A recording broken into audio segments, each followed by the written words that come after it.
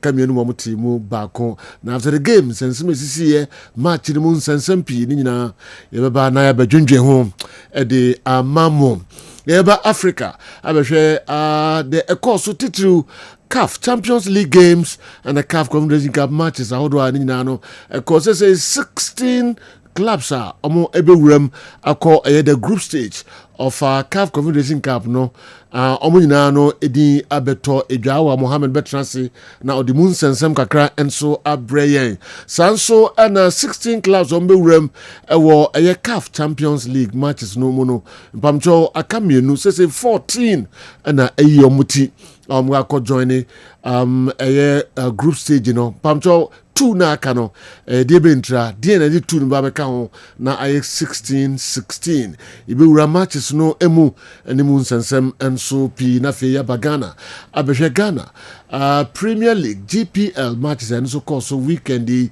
emu sensem club issues coaches omo eho aka ene nsempi anina edwara no pa betrase edi bremo mamu ni mafide no emfa emfree ha 05515999933 05515999933 nsemi ho hwe ho na fa message enso beka program yi ehon CK brana fifa foreign stories no brain so why ready general pajama ready pa okay ma yenti on na general am say Tony Akunwa na meeting ti Tony send me production bi and he was saying nka me ba say dey aya wo ye na no weekend the matches say dey call anything no omo de beto so na nka ya hwe Tony production odi kan I say man you fundu ho na Sunderland mo mu twa mu na Chelsea ehwiri hwe dey Sunderland okay ai Tony na sifa bre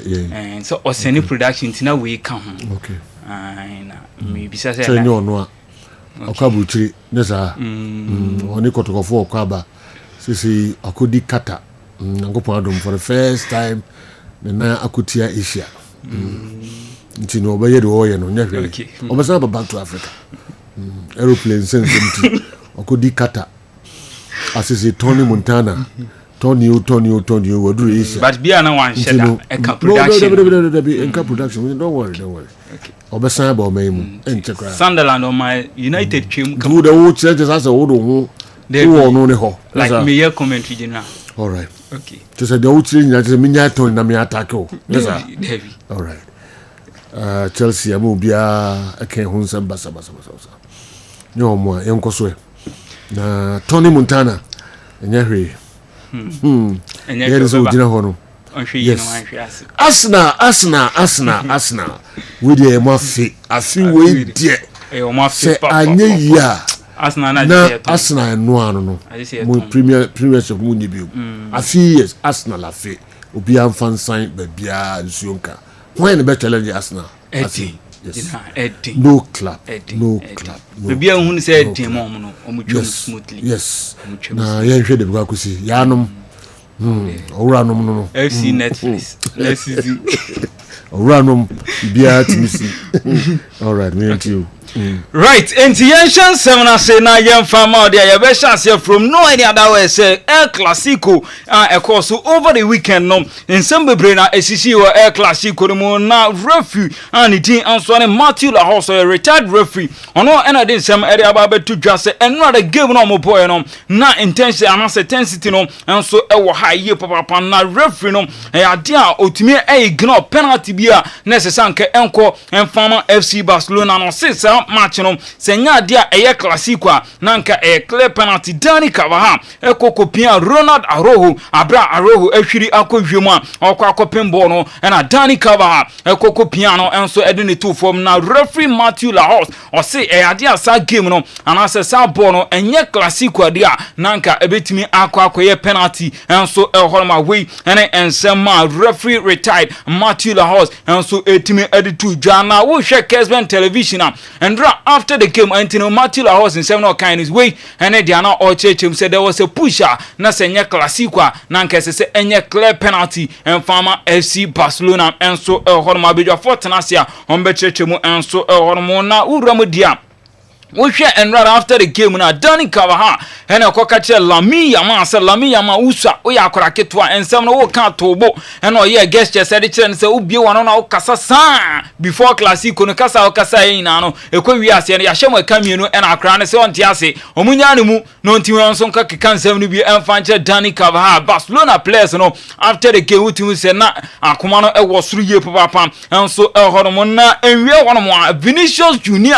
On also say one year no fanisa and cocky calami yamaka cran on train bibiki to be no musa akoda de one no aha and no guest just no say one and now the Casasa and Yashamono just a lami yama and our target at the Madrid the players nina intine and after the game Madrid officials as a so multimeans to Vinicius almost so manawate just a lami yama what disrespect your mono almost actually say yes omu penny for ewa go pamano so now urem our game now and not the Vinicius Junior ye na free mono na adane kasa ene adwotwa o se nya ade asese 71st minute ene ye yine free mo enti o kasa sa e di che ne coach dag out ne kra wantena mu bi ene okoko ru dressing room now so ewi ase na wasan abago pamano so aba be celebrate win ne bi e di ama Real Madrid bobo kono and so hono na wasan game no mono Jude Bellingham o se Thibaut Courtois the best ever and after the game no ene okoko post here e wo IG say Thibaut Courtois ene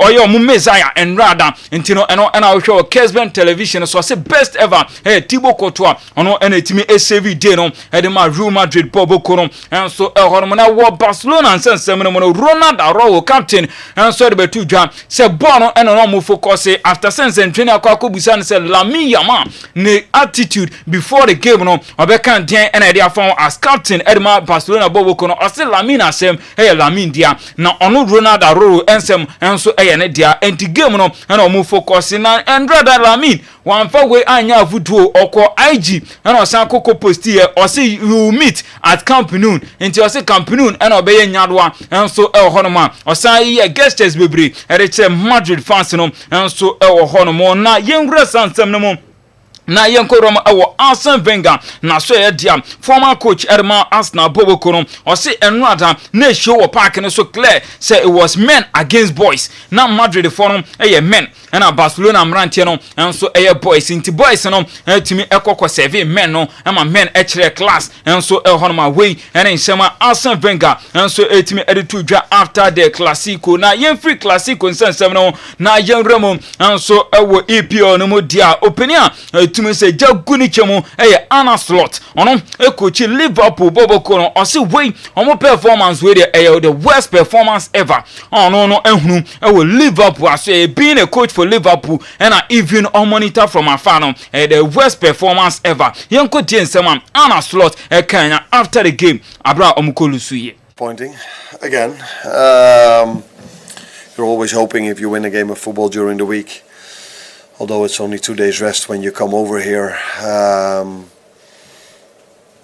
that of course you are hoping for a better result, but I was also hoping and expecting a better performance because the performance was far from and to wait and some opinion Anna Slot etimi editu dwa after the defeat no na urem dia captain Edma Bobo Kwanidiane Liverpool VVD Virgil van Dijk ono so some editu dwa o se omo expect so mbetimi elusu kwan amofa so elusu ye no entino mrantia no anase supporters omo ne omo celebrate ye last season abran kunimdie ban no omo supporters no ensan be kom ho sabre emu ayeden ediama Bobo Kwanidin enso ani Liverpool Virgil van Dijk edin same way Virgil, a game full of drama. How do you sum it up from a Liverpool perspective?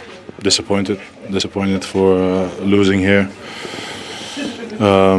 We know obviously what the strengths were and what they obviously able to try and do, and obviously the first goal is something obviously we knew, so you have to be spot on in that.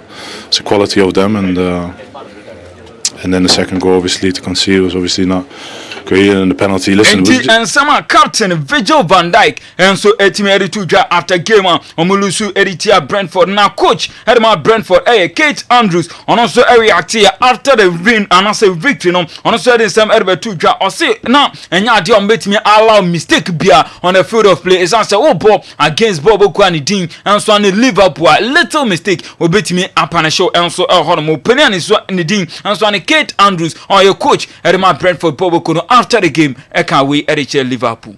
Wanted personality and courage from your players. Did you see that and more for 101 minutes?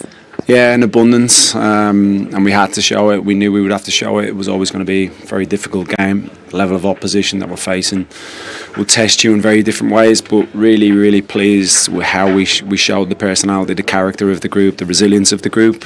Conceding the way we did, I suppose, just before half time. That's twice in a row. We've had disappointment just before half time Monday night against West Ham as well. And you know, Coach Kate Andrews and so after the win against Liverpool, Bobo Konom, and so Steve McManaman on NSC Liverpool. Then your mama idea diamomo and Tisabri say Liverpool person winning game as I saw Muntimi and winning best 3 and also 3 goals and more before I said Liverpool and winning. So concede more goals. We and then Steve McManaman and so 8 after defeat at Liverpool against Brentford.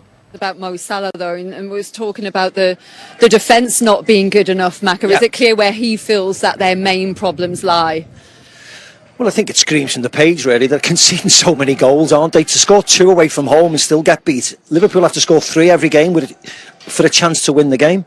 So that's 14 now. They'd only conceded 5 at this stage last season. Yeah, so you know, I mean, you have to defend from the front. You have to be more organised. This is Liverpool's 3rd game in a week, as we've mentioned before. And to way answer and some opening Steve McManaman and so etimi editu ja na Chelsea and Bobo Kwani Diana Sunderland etimi eyo munyaro e kamienu ama mutimo bako and so hormona Enzo Maresca or see overall we were not good enough. Enzo Maresca after the game in same way tuja. I think we were not good enough in general. So we know that in the moment that you drop a little bit, we drop a little bit, you can lose points against any team in the Premier League. That is so difficult. You tried to affect the game as well with substitutes, but did you feel you didn't even get what you wanted? And you know, when you brought your Enzo Maresca or say overall no, we were not good enough, you know. And then to me, Chelsea and you win against Bobo Kwani Dean and Swane Sunderland and so Hormona Uramudia Manchester United, Ruben Amorim and Nana Otimi Esho Gagai and so Agopano Sintiaba Kona Kwakwa Ruben Amorim after say win the Bayern on Nam touchline on and all burning some and all shouting, come on, and so etimi ediche ntiano and I will show television also no bonus some see and no bonus some edema supporters and someone come on and so omotimi enya win and so hono na owie ye no and all dey and some to dwa and obo Matthias Delete and they look sure omo aba so momade ball mo down the on the field of play no na eya dey konkan ye papa we and ensema Ruben Amorim and so etimi editu dwa and so hono mo na the coach o gini din ye pam Mikel Arteta Arsenal the Ghana's coach, you know, when you win edit at Crystal Palace after the game, you know, I see win way a crucial win. Say as I say Arsenal necessary Muntimi and win a game against Crystal Palace. Mikel Arteta after the game. The difficulty of the match. It's another win ticked off, and judging by that fist pump at full time, it feels like a significant one. Very big.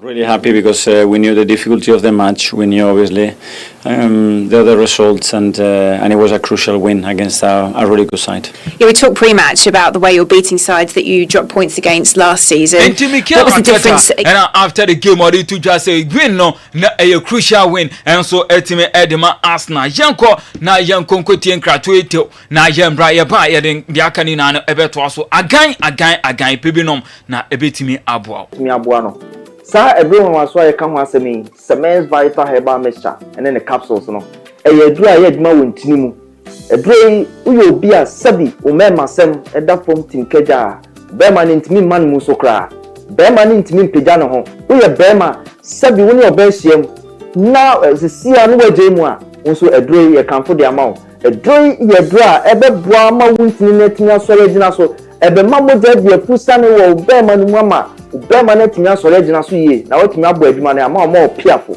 obi bia sabi oni atenka so yo ba so yo bema wuhia edro cements vital herbal mixture and capsules anemna ne dia agan ne bi kona koto binom watenka ayira na tekokra kona koto edro ne bi nanom na bohu sabi edro no esi ye adwuma sifa afei wuye ne to nchen sabi obi wo hono ma pichikom o how pa kese pa so yo ba na ukom fitire na se women's na ma beyi a edro ebeboa cements vital herbal mixture kona koto edro no binom be ma fichiko no bibia ye kama de amount afei so wote yaw o fichiko mu a edro ebeboa cements vital herbal mixture and capsules afei so obi won ma sabi wa akoja ne nan no na moja di akire we oba na otisa de bia hu moja no tie mi ye pa se moja no ye gon bright red we no ka se bright red a en na se do betima bo ma moja ni nyina to atwa e de ama okra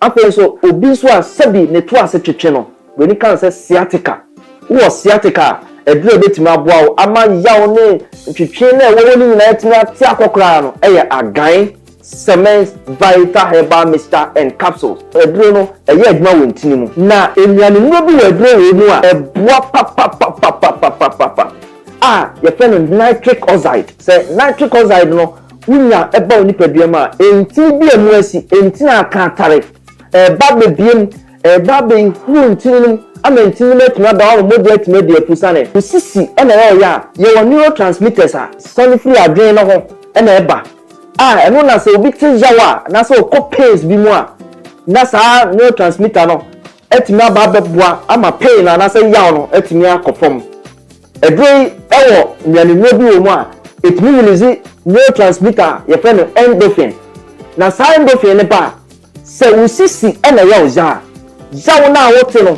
ewo usisi mu no edrei eba be stop ni nyina yisu dopamine na be yi yaw ni nyina afiri ho ko e de amount enti so sisi yo ya edre wo so num e ya gan cements vital herbal mixture and capsules edre agi award yenim de ye ka ho asem no 2022 best waist pain product of the year 2023 edre agi award e fasisi ya de ho 2024 ye sa hwani mu sa fie di anim nyina so ye be sa agi award no wo ye bema na wo pese unyina so no gina so peme wabla obenu mabro no sima kakra bi ati a fe number no ai bu screen ase no o fe number na ye be no be kasa kama ni ato sedi obesia no mabro no na emi na timi aboa ama bibia e kama ma afa so ba bia be na bia to no ye di bu screen so memom tie ni ye pa se wo kumase ene ne patem wo store wo person to be ton a be bia e di kan PFA pharmacy New Road Junction wana PFA pharmacy o store kese a obenya bia tu honum akwakoton afi Colinac ewo Ashtown oni Dani herbal obi nyina wa Ashtown ko ho Fredimens eso okeo ono so be ma bia to afi so Sambora ewo Kagetia Gate 3 na opposite pe edrei edra eba beboa eyi sa ho hawo nyina afi wa kwa ma enti pe bia chi kwanto agan a etrese ejan no pedito na enkotote ema na so nya wa ho den pepepe edama Enti Cements Vital omon krato ene yakwakotie enso abano na yenkon na mfansam no entimi embra na we ya Manchester City omonso etimi ekokodi ntwom ewo Aston Villa ensano 1-0 na Manchester City omukolusu Pep Guardiola o say they were better than us enti ensam na tintin ntiti an say Aston Villa no mo ye better enso eche Manchester City away na shema Pep Guardiola editu dwana player Bernardo Silva onso ese na e ade defensively no omomone bono enkon kan enunti eno mulusu enso editia Aston Villa bobo korum enso ehormona woko Atletico Madrid bobo koruma enara assembly esie William Alvarez ena abra ora park no so no akwakoye warm up fan bi etimi approach no ena okache ne se onje flowers no onfan konko to park no so esanse ne dofo e ade we firimu na nkasa game no oba behwe no e ade anko ne no ena baba behwe nti William Alvarez ena wo hwe no ewo kasa funi no so enso ewo hono na e ade oje flower no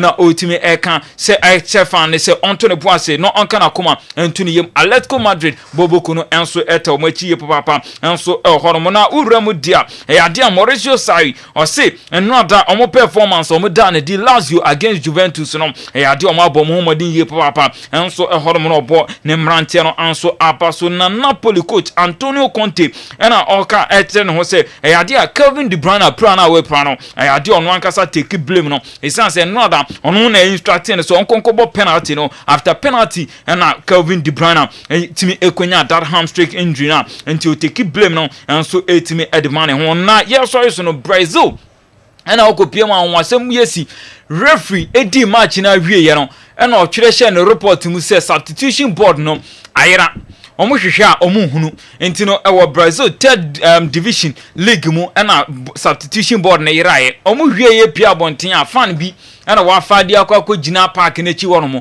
ena ode substitution board no etwa picture enso ehoro enti no ye be kwa hwe Brazil stolen substitution board na enso ehoro na fan akwa gina bonten na ode substitution board no enso etwa emfoni enso ehoro enti general okopie mu ewo Brazil third division a de kokopie mu enso ewo hono mo enno no general ye mfansi ye bre no ekobebre all right ye de besia na afi ya to aso de mamo enim mo messages no ba na eba fa nsema hodo a de atoto edwa foreign stories no enho na fe kwa miki de local stories ebebre later sese ebeko na yani Dr. Idmonatha Balm of Gilead akodi enkomo kakra eba beto so ba the current statistics are a down from Kofua omonya high blood pressure hypertension in fact I see Nkofo bebre blood pressure because of lifestyle bia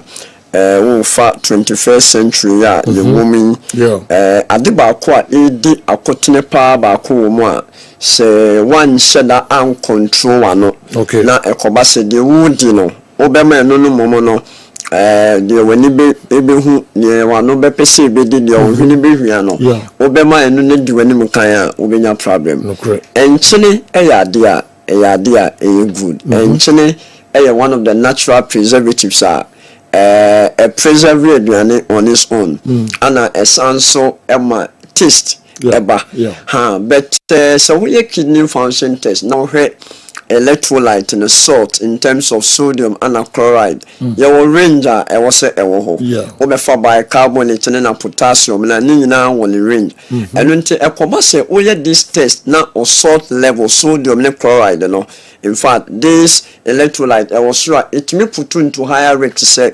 obetmenya blood pressure and also hypertension eno nti ye ne ayidi nchene nnuane ye nkwan ye aduane ye de kako egum ya de kobi atum momone na enchene esengumu a yenka hunu say ebetimi ahaye one of the sources of salt ya obi also meja enchene di canned foods ayedi o di canned foods hu say enye sodium chloride nkwan na salt there are a lot of salt yawo you can say sodium benzoate obefa sodium benzoate preservatives ni nyina no ofa na ada enuane ayedi natural na nkasa no nyankopon adom salt mu dada enuane bi o salt mu dada enu ntene se one to 10 niam so kakra na ekoba se o hwe de wano ne ada we no obedi sonko ade a ebe ha adwene paama akwakofa issue aba ana ade nso a put you into higher rates say you betimi enya high blood pressure NSAIDs you can say NSAIDs anti-inflammatory drugs you can say non-steroidal anti-inflammatory drugs say commerce with ya we ya obebi ya we ya my doctor and show say hospital bi na obeko ana bi a physician bi a we train and say herbal doctor bi na ebe show apel complain any medication na o de be ma no no show but wow you wadwin say oh yes self medication oh no be especially those painkillers ni bebria ebetimi affect or blood pressure because of the release of prostaglandins from the kidneys so kidneys no enye adwuma papa in fact hard when obefa bibi to say painkillers here make there's an enzyme called COS no eno na boa ema yenya bibi afa ni prostaglandins na boa promote blood supply to kidneys no ente kobase sa nema we no ami to so bebre a putu ntware se obetimenya high blood pressure and stress and so there was psychological stress and a physical stress obi on mo a one obi issues on ifie on kasa obi ho okọ adwuma ba onwu se maami na mo pa pobam no atwam on kasa ne kowe ka ho one obi issue ode ne kunu ne yire nsam ahyehye ne mu okọ asori nso obi wa asori ho wenchia ne nti wonim se okeka ne ho asem enu nti akoba se psychologically onye sound na physical Uyewe or far Uyewe or restia. I am telling you, say a bit put into a so which means a high blood pressure because when there is too much stress, hormonal imbalances cholesterol. A bassa there will be a release of cholesterol. Cholesterol would do when you do we live and release about 80% cholesterol. Cholesterol is too much. There's something called arteriosclerosis, whereby or blood vessels no emu blockade. A bassa a put to bed no heart no so a command so now or blood pressure day cholesterol. Let you pay me nine ayumititi mensa ayumititi maybe big crabia no my break. And I do about consua a campa a sedentary lifestyle. Over sedentary lifestyle, especially weekends, Friday evening, Saturday evening, near Chile, near Dicala, and Cartier, near no drinks are assorted, Sunday and Opa, near Redia, ya quadrog in Abano, near Cotina, dear war special. No, the moment open live sedentary lifestyle now, a bit put you into a class of obesity, no, whereby a body mass index, ni BMI, no, it was 30 plus econo. In fact, a bit me up put you into I say, obenya blood pressure. Any other ones a can't be so more keep themselves almost stay dehydrated, almost no munsu. So you'll be a own pensua and moi, we a bema a day in one munsu crano, Obomoden say, and your crampono, Obenon bear say, 4 liters of water. Kaunsu be an sono opa. Now the BOG vinegar be a gumness or be the young conqueror. Oh, your bar 3 liters of water a day with the big woman, a bebo. Now, I dear by qua say, you in hear me pan say, so when a high blood pressure, hypertension, now walk to hospital, Dr. Mo, do I will say, a do now one nominal, unya some signs be into one no more me pacho ebe how. Oko hospital, not doctor. Amo drew one more antihypertensive drugs and I said one more medication. Now one no statistical reaction. Only doctor ni nim commons. Oh dog, me patcho me starting say me friend do we no. Bia say ni say na echo. Doctor na be say no. Bia pen volume no kwampo de or the bema on no dey kan calculate volume also the man that bia no ho nje. Obetima sesa no. Be se kra say obegya eduro no me de me patcho emwa o. Opese wo gya eduro no mu a ko doctor no oni ni nim komo. Aha na aboa o the lifestyle quality measures e kan with advisor doctor ne de bema wa everybody bia me ka say oba bam of Gilead clinic. Na per advice say the bema no when this wa eduro yen supplement on into ya nasi enye ma eno ntia be show say yen bomodin say you be those protocols no so na aboa pa say yo ya kweri de na they did chat up and say as I have been consistently saying no enuane ayi no dodo na anye papa enye ma bi o wa no kure ye ka no kure mi o wa ye ka enuane ayi no enu ayi du guso ene I mean chemicals are bebre eduguso no enye ane ya chire say enye by force to be virgin vinegar but bidi asekeke bidi broken pieces of charcoal and say okwa pharmacy activated charcoal which me de gu ensuom no was soaking fruit vegetables no tomato mo cucumber cabbages no there you born no direct no e basa wo ebetimi ayi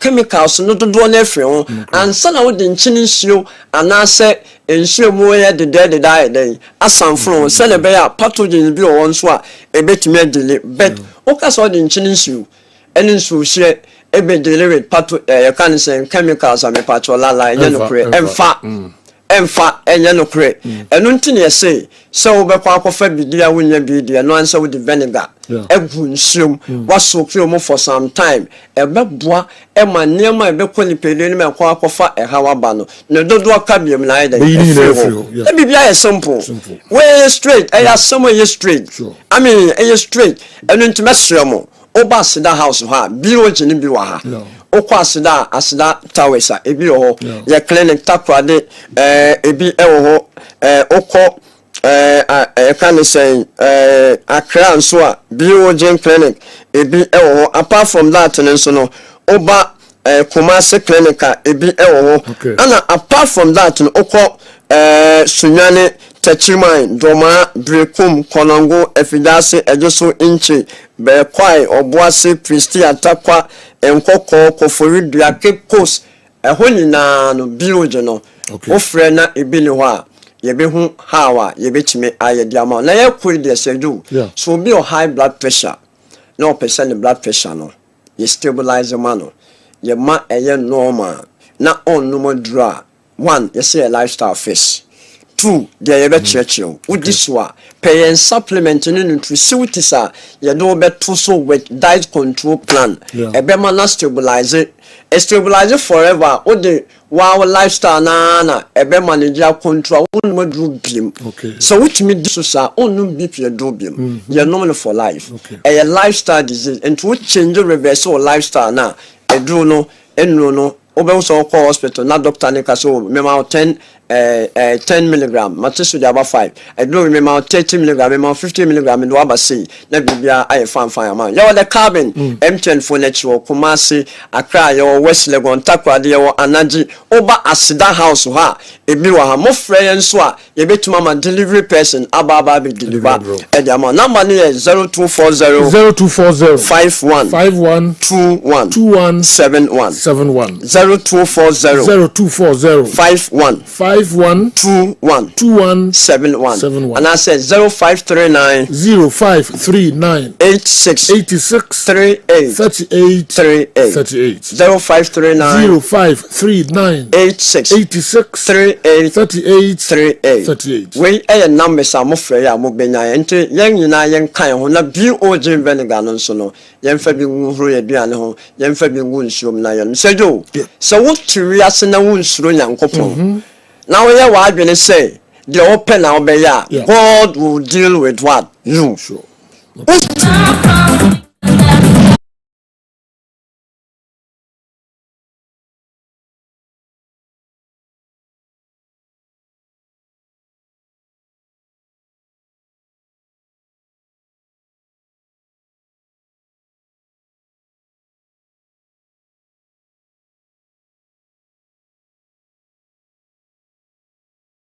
Oba security post was also and our concrete Sida Towers ukoha baby Kessben FM and TV one also unsa back can be Charistic Ventures in Bruno papa Currency for the Hindi herbal Mr. Abejaso Omwana Akofa Zahara Man herbal capsules Abba Zahara G herbal capsules and so Abba Zahara herbal Mr. Nina no currency for Nakofa Zanri Nina Abba Amen at the home Uncomuham Ebre set to say Boko Pa de General in the Yamiasipa sir currency sir Madam Kwe, amen. Sadio, medase, akunya kese a ode amame. Na mede encha pese so free currency aso ye ema ahwefo ene atifo nyina. Ebe metena sese ya no hu se ye nupa na ye fe no Zahara mixture, Zahara G capsules, Zahara man capsules. Ana Hindi herbal mixture. Ye no yi mu nkomo, eni mu adanse eni mu chechire mu ne de beso mu. No de fon komo ya hyase ye de ye dura ye fe no Zahara mixture. Ene Zahara G capsules ene di kan won komo twetwem se dro we ayadura oba ene bema etiminom se oye bema na utie me na infections adokoro bema bi wo ha infection bi ti se gonorrhea syphilis anase chlamydia ene na betena eba ne sa etimi ma ne bema fon etimi bema hi etimi ma ensansan ne ekurokuro bi a ehwo nya ni kakra eje ne bema na eboso bema bi wo ha eba ne sa impempi no ojonso na obre na ochem ansa na Johnson etimaba wa abos insufita na efiri ni bema eba se wo ye bema na innam yare bi te se gono ana syphilis ene wa betena me se wa duro ene Zahara mixture ene Zahara G capsules sa oyo ba so na utie me na white ana se odepoa ene wa betena oba bi wo ha eba ne sa etimi ma ensuo bi agugu na eho nya nika kra etimi ma enkekaye bi abetena no so sa oyo ba na white ha wadwena Zahara mixture ane ni G capsules no edro no abasa ebeboa wo Codra store pharmacy shop herbal shop bi aben wo se wo pe Zahara mixture ene Zahara G capsules sa oyo ba so na wo ho na 2 years ni unya menses da 10 years ni oba untimi emu nsa eba ne sa na ohaw pa na onam ewo wawom sa oyo ba na otesa me se adura ebeboa wo ene Zahara mixture ene Zahara G capsules Codra store pharmacy shop herbal shop bi aben wo se wo pe Zahara mixture ene Zahara G capsules odefo bi so wo ha osa pa hanadwen tete no ene na betena odefo otesa Zahara mixture no ene ni G capsules no ya di edro na abasa embe boa Codra store pharmacy shop herbal shop bi aben wo se wo pe Zahara mixture ene Zahara G capsules odefo bi so wo ha owo weak immune system me patch sen oye bibi kakra bi abose wabre bose bibi kakra bi na ote so na ohuna mane ono nko abose de bia e wan ketenkete 10 years no oda hombo wa de bia infections na e hawadwen odefo otisa Codra store pharmacy shop herbal shop bi aben wudu ha wo se wo pe Zahara mixture ene Zahara G capsules odefo nkoma twetwe na duru ye duru aye no Zahara man capsules so sa duro we eye duro a eye natural herbs a ye se ye de bo ba ma bia sa uye ba ma na utie me na uwo weak erection sabi esem na adwo ba ma bi wo ha ba ne sa na enumguase pa na aka na ba ma uhia Zahara man capsules sa uye ba ma so na wo ho na onkomwa no aye mre ba ma uhia Zahara man capsules sa uye ba ma na premature ejaculation ba ma aya to din wa minute ba ma fa Zahara man capsules na aye waduro ba ma bi so ha misisi yale pa ene na betena ba ma Codra store pharmacy shop herbal shop bi aben wo se wo pe Zahara man capsules odofo ya beko ya dry de bedwa so ye fe no hindi herbal mixture odofo bi wo ha malaria fever ene na betena te bia bo se nanum ayenwono na aposo eye ne ya odofo bi so wo ha typhoid fever pa hanadwen tete no odofo bi so wo ha te bia bo se ne sugar level no ekosoro na tete no hanadwen obi wo so a pressure pa tete no odofo utisa hindi herbal mixture enu ni edura abeboa Codra store pharmacy shop herbal shop bi aben udie uduru ha wo se wo pe hindi herbal mixture odofo bi so ho adwuma oye no eden ogira ententen eche oye adwuma o eja ho eba ne sa na de bia amana pomden atosini odofo uhia hindi herbal mixture odofo gie na mesi ebia na nkomotwetwe bi ho anase o pedro bi aton 0246 34 83 34 0246 34 83 34 0248 56 93 35 0248 56 93 35 order for the biameka mesi bambo atrema eye chen ayaresa bokitma todofo mentna ho enye mobo ansa no wato anamo ape charistic nupa yede bedwa so aye fe no Zahara mixture eni Zahara G capsules a onuma ebeboa boost immune system no amo pomodin no akonanim asa to infection bia bi tise gonorrhea syphilis ene chlamydia eni Zahara man capsules a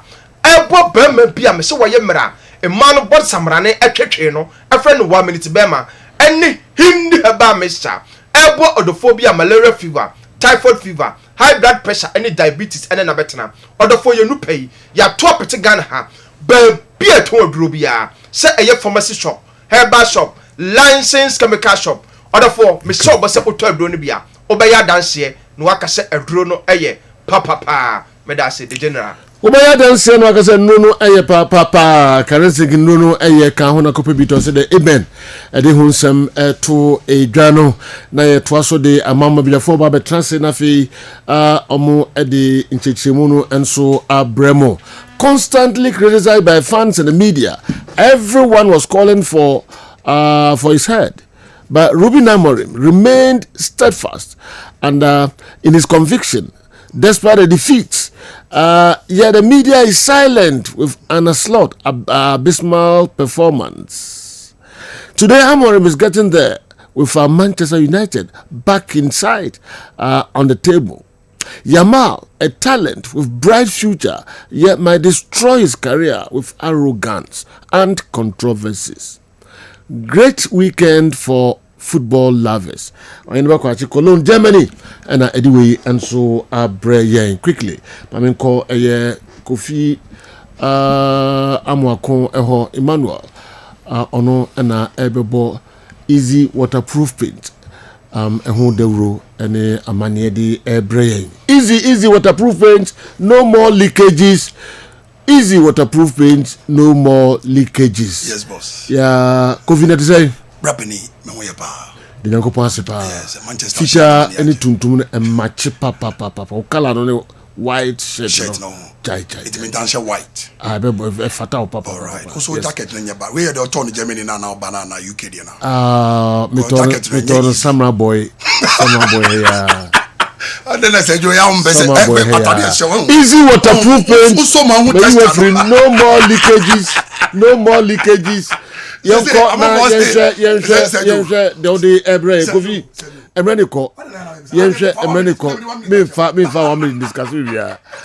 No more leakages. Boss, boss. Yeah. On this sports platform, this is the biggest platform, and we are seeing it. Now they make a choice and say, yo, easy waterproof paint. Yadi antuma be bomb dia na no. Say yo market na easy. Easy cra. Say yo. Easy cra. Easy cra. Twana amafo ato. Oba hadia. Amafo gia na ajatum e dia dance papa paint no. Na say yo say unya complaints bia beso ne. Debi. Easy dia oto a unya complaints. Yes. Enti me ma me a wo fie. Me nua ba a wasi wo fie wie say unwie ye. Say ebe de e dan so a obi wie. Say obi na de agyawa na wa hweso ye pa ama me. Na easy paint ho asem ne yeka. When the painter on soja on stro from on strophy. So what the papa? Now the papa count down. He said that what very no what shout at the papa. At a quality. He said they say you know the studio. Sana easy paint it here. It is a obi pie free crotian or bar. So money tiswa a dane a yin hunina down so say easy waterproof paint in other paint to diner. It would afford them make a chair one say paint when you paint a crack. She said the Yanoma Cromodian, yet manufacture Ghana. Ya a painter, what factory on here Yamau, what you are the good book to Monaco. Did you say I can say you got free factory number? Started free because Lani is very hot. Now the way I'm on for air freno, any day I'm on for Bisa or Motono. So one better dear. Then the now fear no better check. What done is so I win national opposite say. What done as Yabon Pupuyan opposite say. Number in the TV no sono. It's why I TV now, so I be UTM, you know, for number no 0593 707696 0593 707696. When in number o start your free mama on in there mo the +233 ne be dikan 593 707696. Easy waterproof paint ye frɛ mo obia ntutu mika meje ni bokiti na bronya ya mo expect ahoho bogus yi ni ye maba wa ibe fira brochira bai ya ma me no mo bebai mo meji ko paint fie wonya ho shem ansa krampo o maba bedu Ghana ha because ye be run the festive season ye ba wu Yesu ama ye nyina ya de ye ne age eti de make kire wan say wo dan na pampan gina mu no wo dan na sabre wu twaja jo say ye edan kwa me beton edan kwa mbese me bubu no ye say emubu no ye say ense no paint na wo ba beton easy paint ti edi ni ye EZZY wo do ba so mo ma me waterproof paint ni bi no free easy na pocket ni blue edan asianso de da ho a ya paint dan no yellow na esoro ye kokko no kala bia pe bia ye de be ma wo na de wo mi se kala no kwa ye wo no se na pe na bia wa special kala bia be se ye ma wa no aka ne ntam na ya place orders na ye na de ato ba bia wo na on pe we na opedan na easy waterproof paint de wo beto a usika and say it. Oto a umbo campaign e ka ba ko pe na ubo enti say yanom de na akoto a do make chance say ye ba me ya to paint awie die this is to bibia de be mix ye de e ma me pe easy kwa asem ne say ensuo keke na de mix ensuo keke the only thing is you go for the right quantity of the water ensuo no say kakra bi na de mix na be ya enje unsem se oba na se oni painter so a me hrewa within Ashanti region within Kumasi ha me we die ye wo painters a ye training omo a omo ye den omo ko site akoye adwuma na ma wo so obe say painters so ba waso ye ho awo ya so de wo me say una ba foto omo TNT and workmanship una be tia eti de make che wan say chief painter the TV so ye o enwuma ya ye de bebre kwa me ba no pa ya na bi ono me de amomo no me de atoso obi adwuma ye koye ma no just last month and na me de atoso ya omo yi eti de ye ka che wan say fon chance na eso awe na che no en fatal sebe adan ye wo Kumasi nyina ne Ghana ne ba bibiara ye pese adan ye wo ha nyina ye fefefe na ye mono adenti na obi dan ye chance so ye mono na wo de da dada why adenti na wo dan na esi ho no a wo de gi tenant abode no wo penti ma ono so na ni mu manyam na sabi nipa ba sira no mo ha na wote efie ne ye fan yo efie ne ye kamo sa ne pese adan ye wo Kumasi nyina eye edan na esi ho na ase ebompumpunya no ase frofro no enye sa na ope no eye anwia no na wo de anwia na do ye plastering ntia anwia no so do mo de ba na wo ni ani a eya na klefra ena asase ya futu no ena se du asase ya se ni na eti ne so kache tipa tracks for ise opa nwia muhu ya plastering na omo timi ko ha ne nketepa ansa no manya bi e ko wa so no manya bi omo de baso ane bodin eti de e kan se wo de bia na unim wo de ayedan no beto easy ni ye ba ye de se ye be rere dan ho nyina ma fefefe enfan se wo penti sa problem we ye be rere ho nyina ma ni some people ho na ma ni atu ye bu ti se de call last week chief painter call boase a wa Reverend John adwuma ma no asori penia or Roman Catholic e wo boase nyina mo wa na adwuma ye tele wa boa bi o se nso ma me dem biem am say Reverend easy no umbeto obi dia nso be ha o enso no so de enye sate afi na kakra na etutu nchense ne ba beto eti bi srewa sa brady enso na ba fom kakra beto de pokiti na da TV no so no e mo bi nada freyan sisia ya ye kasa you free o free na impoko no ye ko waiting na e ma fefefe no be return calls no na o ma bisa o de o pese ye ma o free on 0593 0593 70 76 96 0593 70 76 96 ye ni abra ye bode ro nyina kire se ye pe se adan ye wo Kumasi Ghana everywhere you find yourself say ye new site say ye old site now here I say what da ye fe say we are ultimate shot at the mono e boka tonta de papa top perfume papa dware no say na say odware wo dan say the dan say we say dan we ye nipa e ba ho a omo pese omo be han no e bru nipa dwene ntiase so e my bo bia pese o de gibia no nipa na ye willing so betua but say obi be je wo dan no ba no be hu bi the surroundings and am predan na si wa ope cross me ba me kwa ba boss okọ ma biem eti easy there say onya ntobi nye wadwuma ya big mistake oba na wo painter oba na wo painter ni nto na momre den embra ye shop oba ye be kire ko be fa so ba ko use paint no say wo use bi so da hooray na ne no de ko no de ko ye wadwuma ma painter nkole church oda ho na wo de ani say wo gina nche ba bi no afonto mago no apapa so kama because painting na nsa adwuma nsa do adwuma e fe etro kama enye painter disappointing enye painter wo di paint wo dan na nsu abadan nom sejo ye pen ye ton paint Ghana ha ebe a eda ho fit second time sonye den ye fan konsuo ye paint ye de 2000 man ye nema ye di paint ni ye de pi na ye timi mechanic nyina because de mre na ye adwuma wo de nso obeba ho oba office na wo frame maba wan na manam de tudwa na o meche o de paint ni ye bebre na de akodi adwuma na wanya result na mpe opede sejo kente na ye fan konsuo ye de konsuo de rest studio bra ye de konsuo sa de rest studio e be hwan kan ne wires ni mfidi egu ha a ye makwan ba ye de ase ye de beko ye de konsuo su mampeni for Kessben ejidi si so ye de ba enfeli jana e pese e che se wo dan no ye ba be paint ama o eti odofo a wo hwe me enye nyankoma de bi na bi yo ha ena nye nkonya bi na nya azabi tibidi nsi ogum live on Kessben TV ena meti studio ha nya grobi na edi se yade anya papa ese be kente no to no starting you na se jo ganyam se ene ya boka se jo so se bi gu ha ya so ba hye boss odaroma mama so okay se na o kanati me dandan no ama na basoro easy paint no paint won waso a paint ti sa man painter eye nika sa efe we see blue Sergio paint enya papa nga sabre Sergio kenten ayde kebeliki Sergio sanka paint ayde e wawai kenten so abi jana ya eti yetumre na ya chiresi no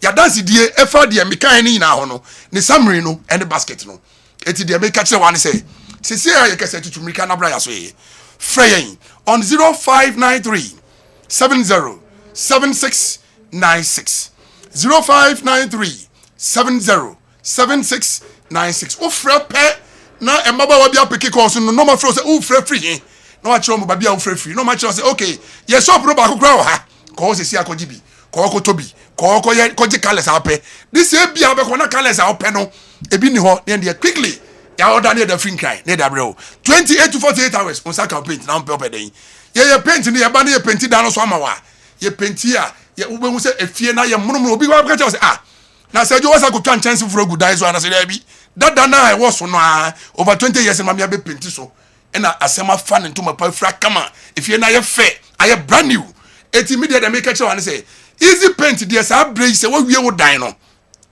say mpo unwie ye aye dan ya obewie e sikasem but to paint ni so kwa san ya tum because Sergio ye betum e dey kakra be ka ho eti yenya ntum media me hire wa betobi na oba na osi boda dan na onima oba ye mfa sa bo no ma ho betosi fie na nye paint expire frey on 0593 70 7696 easy paint if you buy hai senye papa anka ma for the conti ba hia me ha dem make sure one say ja wadwen na yon tantane wadwen na wo dan wadwen left and right because okoto the papa obenye obi obeka sure senye papa omo mato no I solve more problems amomo it amomo ni age to so betobi ko ye ofie Sergio o from easy waterproof painter me so no more leakages. It's a joke. Unafo no. Omo project contractors no. Abaduma o individual juma swimming pool. Bibi biara a mortar and what blocks. Bajibi na fako project. Simple. Sergio yamenka ho. Tiawa on council. No nya kese. Na onye juma no so kese pa. Pa. Sergio o wristwatch na nya bad. Obi be bad. Obi o ho bad aka tell. Sergio say me watch here made in Ghana dey bia. Ghana I watch you have a committee. So you watch you Ghana have a committee. Easy waterproof paint, no more leakages, can and so no air to talk. A hard dream ye papa. Leakages problems ni no ebe solve on tentem de more can na one for gusu topa enyasem ketwa kan na nso kope bi eto. All right, afeyenke jengmobuje for trance na yede aka nyina enso abremo constantly criticized by fans and the media. Everyone was calling for him everyone was calling for his head, but Ruben Amorim remained steadfast in his convictions despite the defeats. Yet the media is silent with onslaughts. Abysmal performance. Today, Amorim is getting there with Manchester United back in sight on the league table. Yamal, a talent with bright future, yet might destroy his talent or career with arrogance and controversies. Great weekend for football lovers. In Bakwachi, Cologne, Germany, una abatuwe egum tentem de amaye ene anopei. Yanko the next one, a free justice mampo same health center on the way abraying. It's been months since the appointment of Mr. Kofi Adams to the Ministry of Sports and Mr. Elvis Ankra. Elvis Ankra, there be Elvis Ankra. There be Okan, a friend saying, Ampofankra, and Elvis Ankra, to the National Sports Authority. And there has not been any significant change from the previous administration. The only change is the TV right, which we still can't even define the role of the government in the contract. It's been the same old story of the ministry taking care of the Black Stars alone. We have the guts to address the Black Stars players the way he addressed the Black Queens. He is the Minister of Sports and not the Minister of the Black Stars. This is not to change. This is not the change we voted for. Justice, Mampon, a same health center, and a two-way a day a brain. Minko Lobos, a ho na minfane diano in chat to Messiah Abba others no so Tema and a Lobos anyway and so a brain. I must say I was really disappointed in Kumasi Asante Kotoko team. One thing that stood out during the match was the clear lack of commitment from the players. Anytime they lose the ball, there was no urgency, no fight. It was as if nothing important was at stake. But to be honest, I don't entirely blame them. The truth is, we pretend to pay our players, and they also pretend to play. Because these same players get a chance to play abroad. They give their all, chasing every ball as if their very lives depend on it. Just take a case. Just take a close look at both teams last night. The Kotoko players even looked malnourished compared to the work players. It tells a story of how poorly we treat our local players. Lobos, Tema, and the way Abre. Luckily, Kumasi Asante Kotoko for I was studio with a lawyer, Safu Duku, or studio hunting. Some Mudi Benino, or Beboa, and my Yedi Hu, and come up with a form of Munina Aquaba. Law, say, I don't. Rinyanko Pasipa. The make a message in our street. Now, we will be a city in the free bar. No, Crane Walker. Yes, I say, Mooney D. Come to your show me the work of one now. Come to also, so come up. How do you win me a video? We but you got to go for say, I crew. I said, go to place, no go to Bona. You was just a come to one. Oh, sir, only guy. But the Janet Guardia show who's a come to a more. I just said Janet Guardia, so he almost touch on. I play a very so who are cry. I'm saying, what are you training? We know. I'm saying, no, warm up, no. Is it, Kotoko Hassan? No. Kotoko work here, cry. And who was a second Kotoko for me and getting Aziz Key. He spoke to. Yeah. Okay. After the game, say, warm me up now. Kotoko for no buy warm me up. So amongst work for no business, say, I don't know me and getting everybody. That is your own song. But do or build it. Business work for now. Warm up.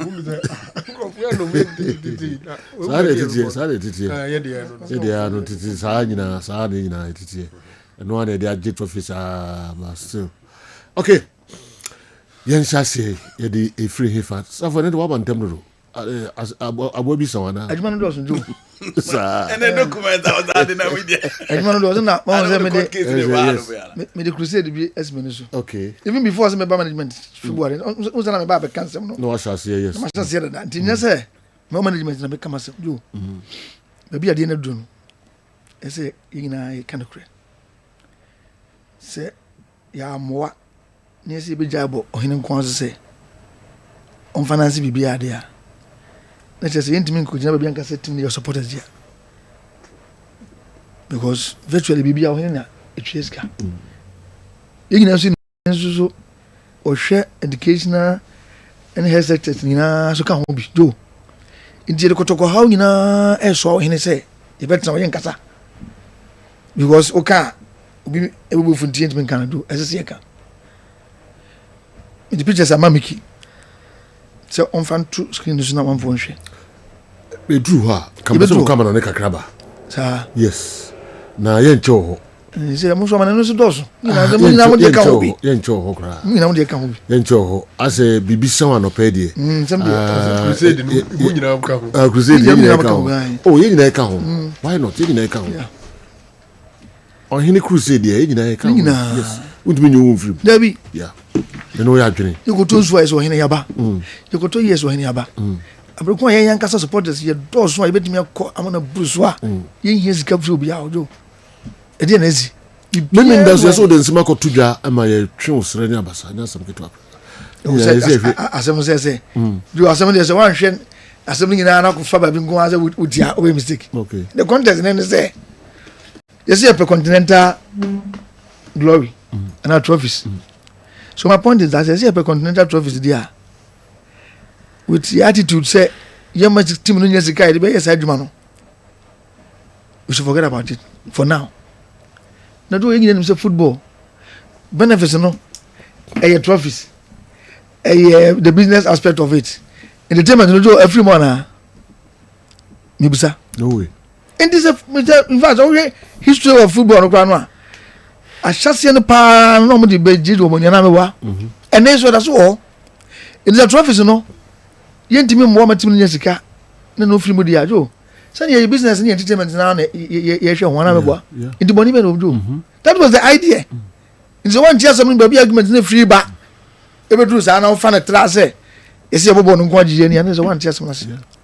That was my argument. To me can say football still life you find Ghanaian we can tell me and I'm saying top players man the business aspect of it no aspect in Ghana can we can make catch me I mean no je chem say among for so more social media I'm say there some so say so say your ball league na be Ghanaian I'm say the kind what's wrong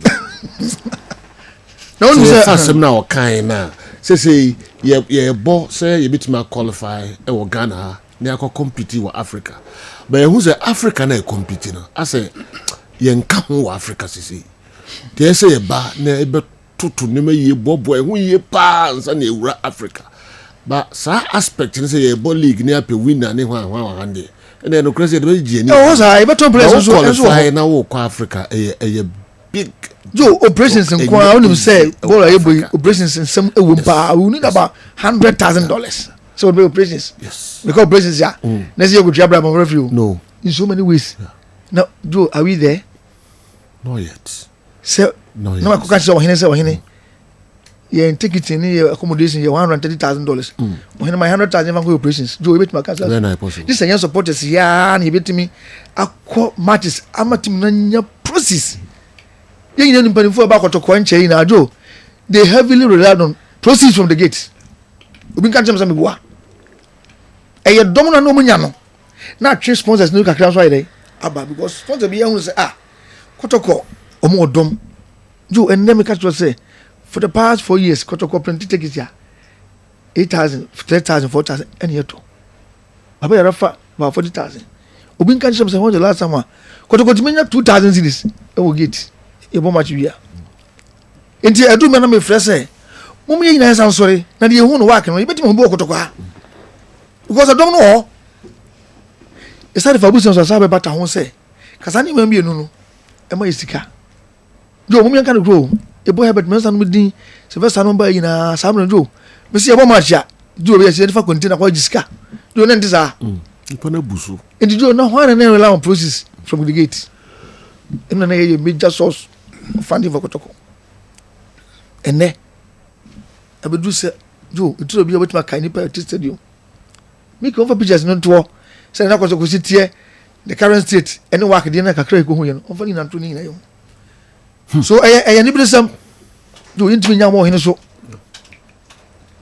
obi kra frame no do so be asem bo na enti ase ni tiri na to be na afa sa obi frame sa dey na samba mo san 8 years can you imagine player na won ni mi no mo ko ye contract na o kra na o pe no in most cases you need here players no o player no wan sign ya o tin ba bi ba Kotoko no here players to register to start the league deadline da ho no ka je players me san 8 years jo player no open no e ba na yi mi je mo sa na tie me gas mo tuma sa na mo ansai obi so frame ya no Mr. Kessben ho Mr. Despite no ana me so mo nye de so mo fa mo no mo sika me wuram na me no frame Mr. Kessben so mo na je Kotoko o yo kon kasa ho biem me boa Mr. Kessben me ka yo ni abro yes me boa Mr. Kessben me ka se me boa o ka ball won se Kotoko won se Mr. Despite ya obi dwane o yo kon kasa ho biem na wo supporter yen yo won ko dim Adam Zakasi in the club or to do one yemu na wo se Kotoko o ma je Kotoko na me ka che so pani em fie nto obi so obi ene wo ene ntin yem fragility for no mesum hwe these are some of the issues among for no e wo chira na woni abreso no di to boss mi chese mu na o tia se him from a big company so him fragility for no me sa na Guinness board no ni mo na jo na yes on club no ma MTN on fama telecell as if something for Kotoko biaye no mo me run club on fiscal club no Yo, I have some kotoko juma no. Tini. So we do team no pa na we sacrifice it. Obu kra friend na so na mo titi play mu. And I'm so bani na play no me do me play mu draw. Because so straight. Yes. Obi onim me, inu say me. Me nyanka my lifetime kwa me full play da. Na asem na bantia. Yeah. In the fan say eye luxury bi na ye to na ye ni age na say you go full plane.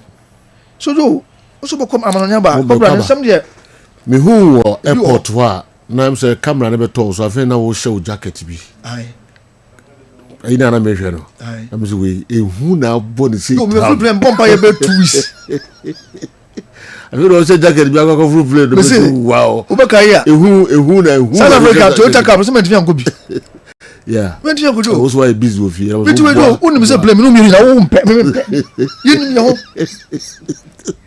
I say jacket who no say jacket your boy okay yeah dey ni papa no but abasa ye kwa ba na fi ye di enkomo more enso e wo ho obi kra suggest a weekend program I final was the number for the base say select a Ghana best 11 say time bi omonko enkobo a friend say Champions League in Confederation omuntimi omo badu stage bi but ombe struggle some be group stage minim zaman for nimbe adwea say Ghana a best 11 local boys well organized no yes resources no kokushia zamalek kokushia wak no to yen cancel now but you Sundowns no you best struggle pa because the quality no your quality no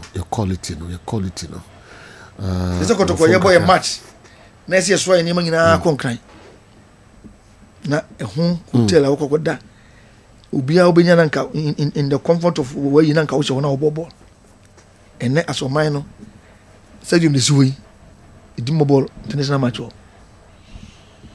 factors ni bebrebe yanka no kran say ya yankomrai na yamedwendwen eho e onsempi wo message bia de fabra la safuduku obeyi ano e de ama asle safuduku for me if his royal majesty Otunfo is the sole financier of Asante Kotoko. What is the role of the IMC and how much does the team get from player sales and sponsorship?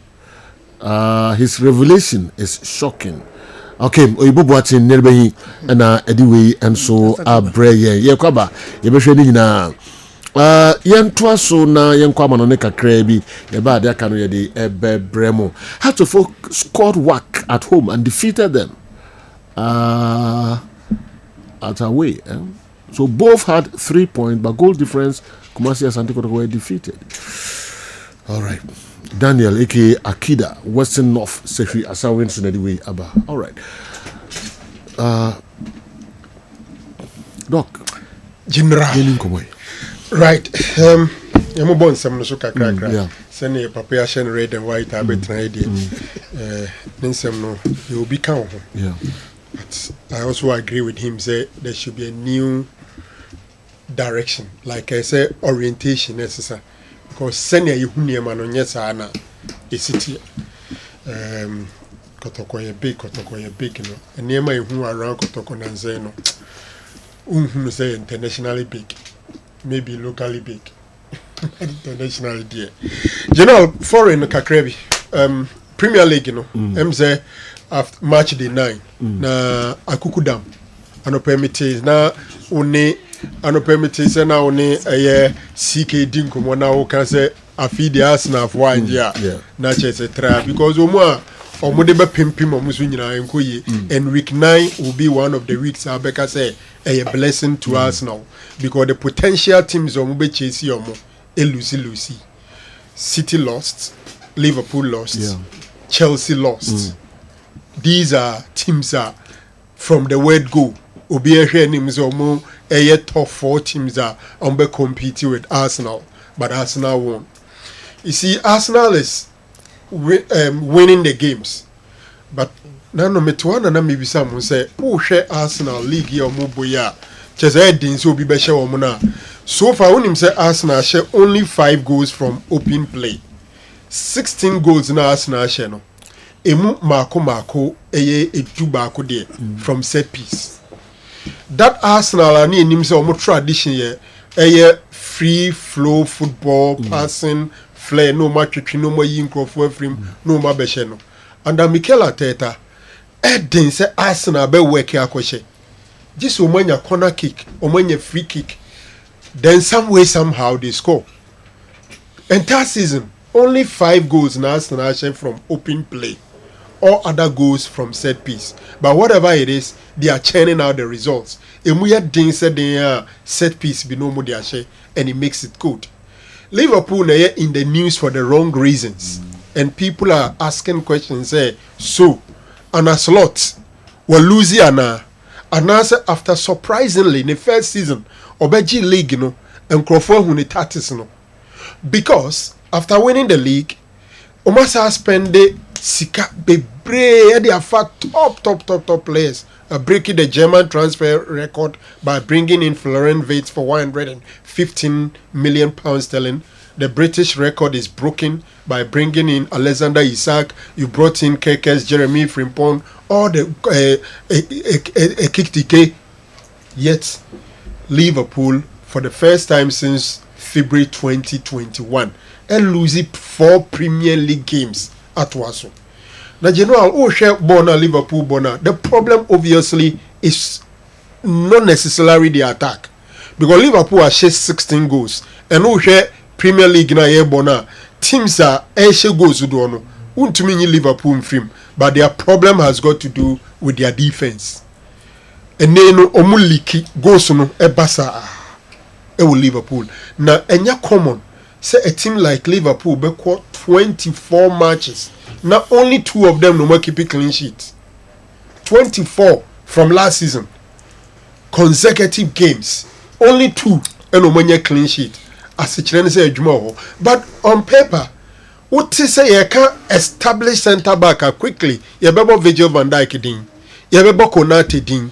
And you ask yourself, say Gravenberch was playing so well as a defensive midfielder. Yet they are allowing the goals in. Liverpool situation is quite serious and I don't know how they will intend to solve the problem. But I think say they have to do something quickly. Otherwise, free contention from the Premier League, Chelsea lost in there. Sunderland, minim how from division championship. Chelsea is not playing so well. And after Canacho, Eddie Omuma the lead, Now the expectation is Chelsea share more goals because the goal came early and the venue is Stamford Bridge. Nobody expected. Says Sunderland, everybody be equalize. No asa betwaso abeshe. I think say Chelsea would have to be up. And Shemwe Kamiako say Maurizio Enzo Maresca problem anka say ni team ni hihye ni tichiru na nimu honomo eno na problem e the Chelsea. Unfortunately, João Pedro, the goals are not coming. Liam Delap, mudi omani tone so a long-term injury. Omaja this Senegalese boy kwan amono so ko.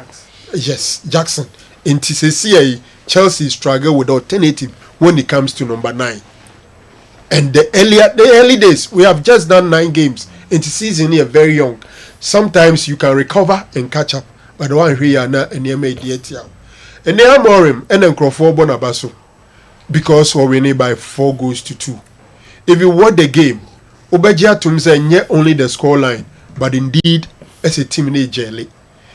Gradually, Casemiro is providing the leadership in midfield, ne pair with Bruno Fernandes in the holding role. As say there, Brian Buemo is playing well, Matthias Cunha is playing well, Benjamin Sesko is not getting the goals, but he's providing that shield as a target man. Now among other players, then you have the chance to bang in the goals. United took 3 goals lead, no beer expertise, they quickly Brighton Komusa Yomadi any beam. Omubeti 2 and sana last minute.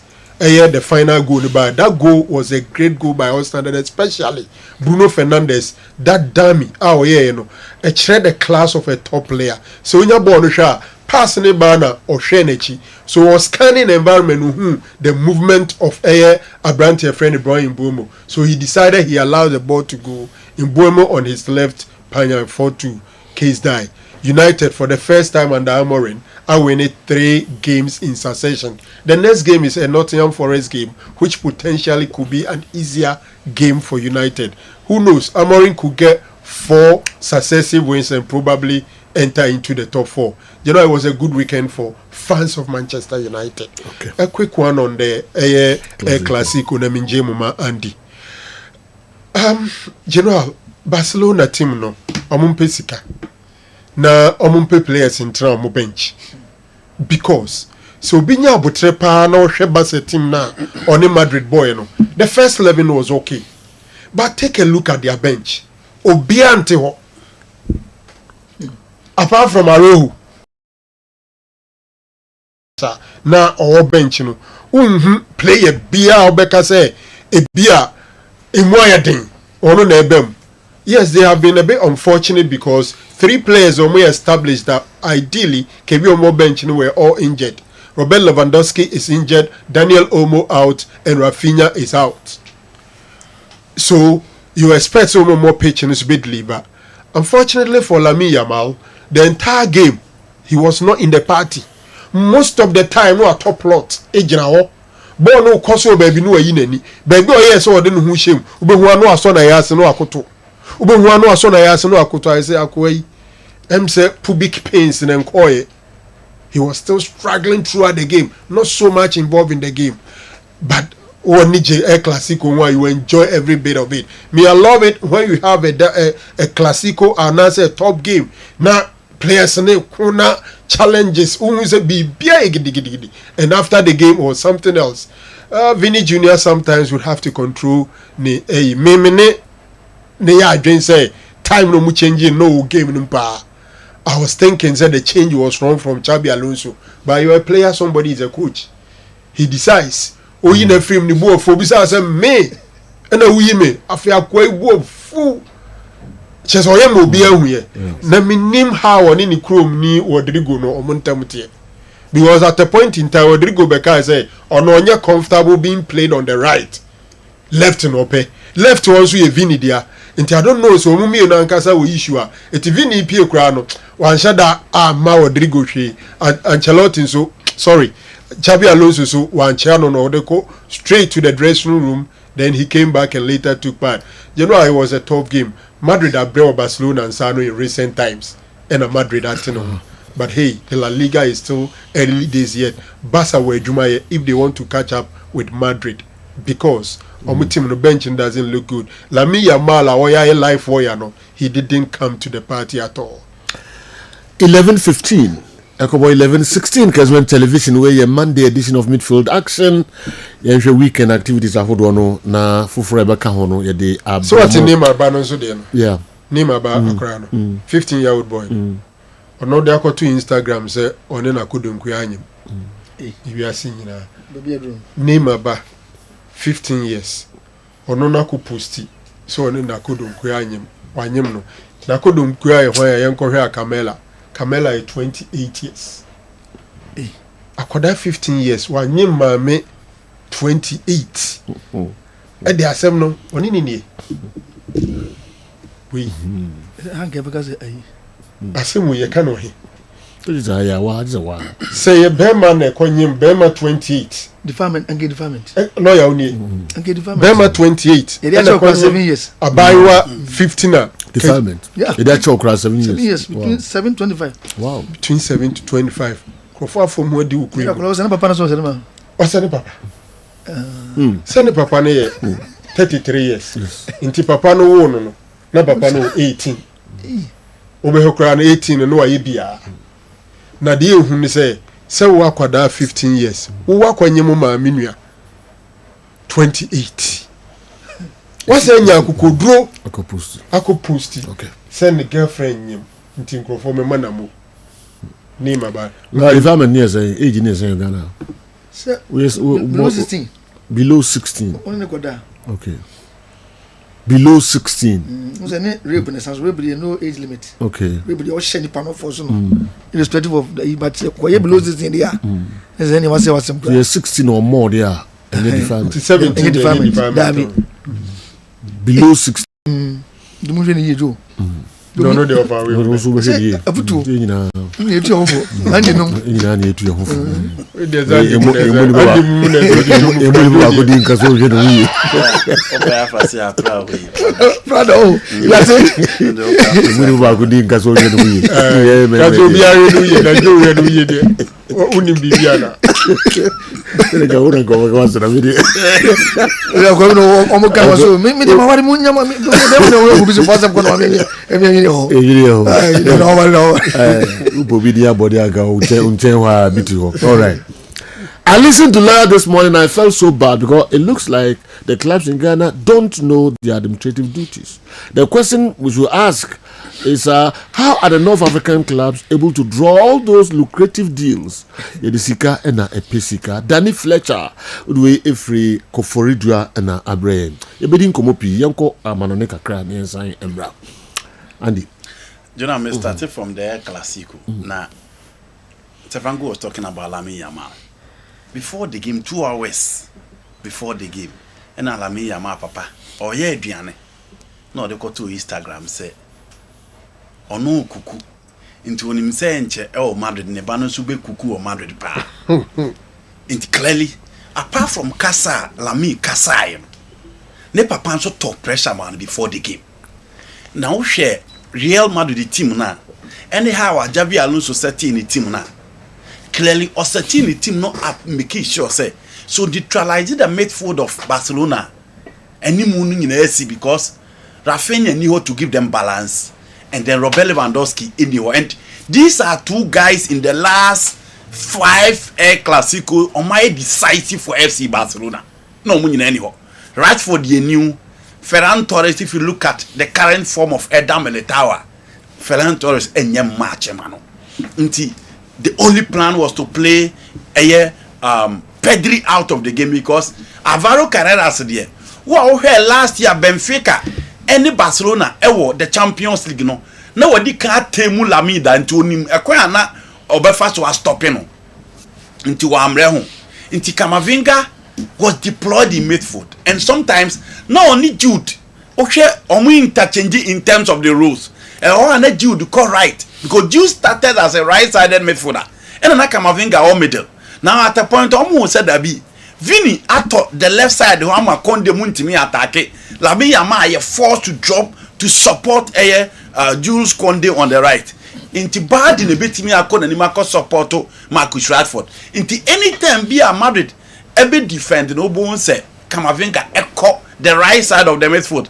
Now Akwa Dina the middle of Rashford and then Baldi on the field. Intina Akwa in fin kwa and said you who say Jude Bellingham.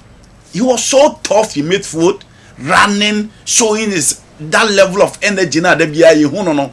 And look at that passer or the mae. How see call the 360 now heard the true passer. Or paper ball no de Kelele Mbappe and Mbappe even before Obabe she Sago no di can a cracker. It was just unfortunate say referee no entimi an say ball na omutimi edge offside and Mbappe make sure say obe paper ball no the ball na timi ato otenam to say the etiana. Now after the game still na who say real air press it, and Barcelona had no antidote to the skill of Vini Jr.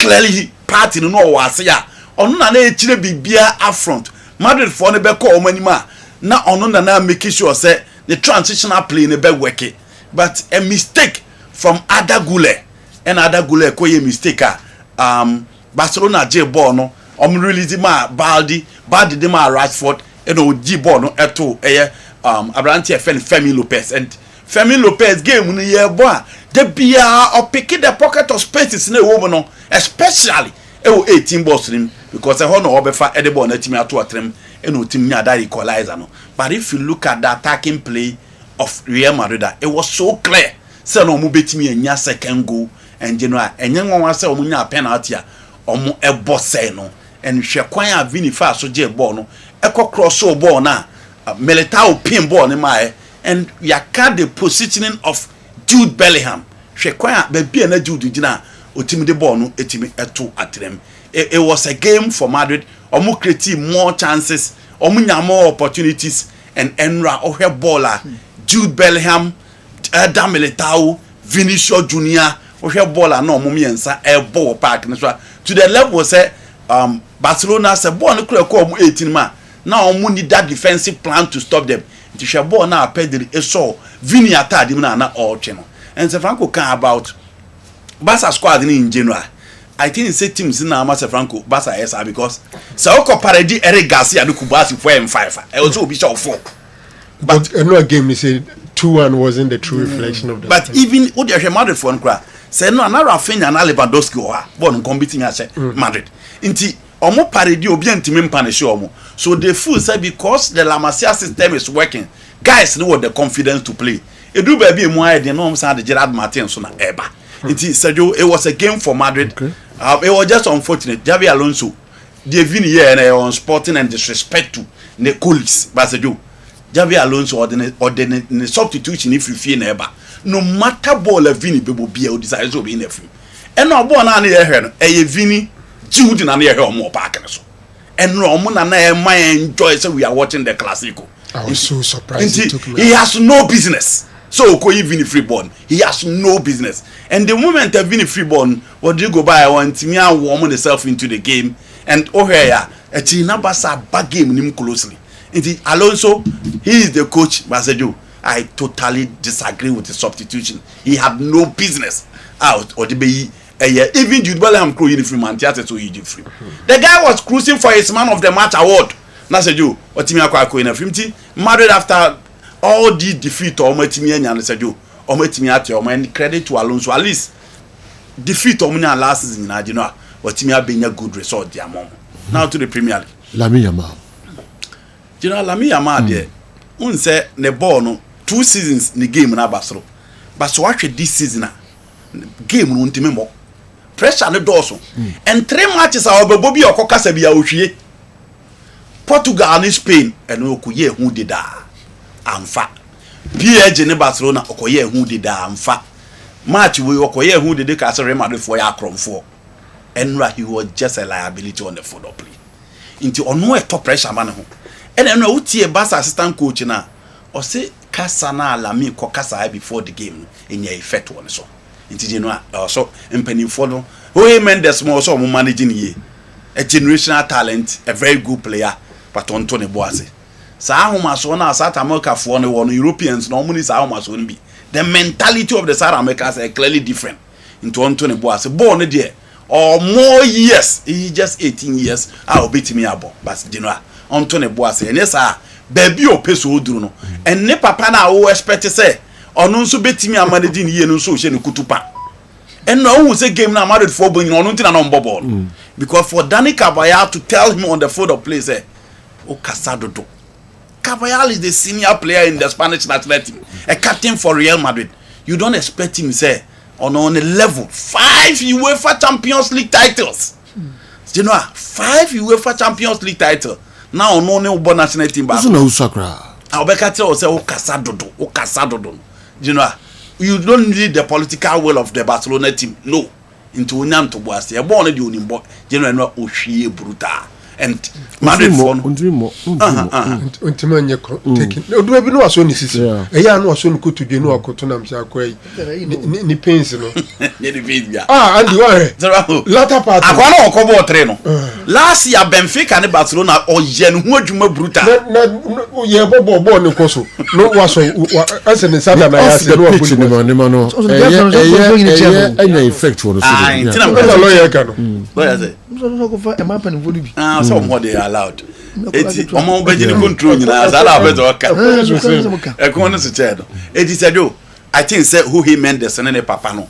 Also any Barcelona penning for na they need to manage that because unless I agree with you off the ball nonsense ya do so do from driveism and sema mekai wakwa for ba o che no and a whole lot I think say ya take center stage or your parties akese ball no di onimbo you know and it is not only yesterday this is yankasa ball no ntimemo okay yanko premiership mu so kakraba prof mamemra ho na memu se wasem de na be masa ankoda yi asese omo ma omo ye mpanimfo no omo tintina atwanfo no mpo omo dancing grafo dintra wabro omo meet o ha omo fefe de na mankola ya almost sika obi bia ko fam penifo sa 30s ni late 20s it is a wa na we I had one me Canisa for mommy there be safo there una wo za unye be Mike dientia die ne man be do on so power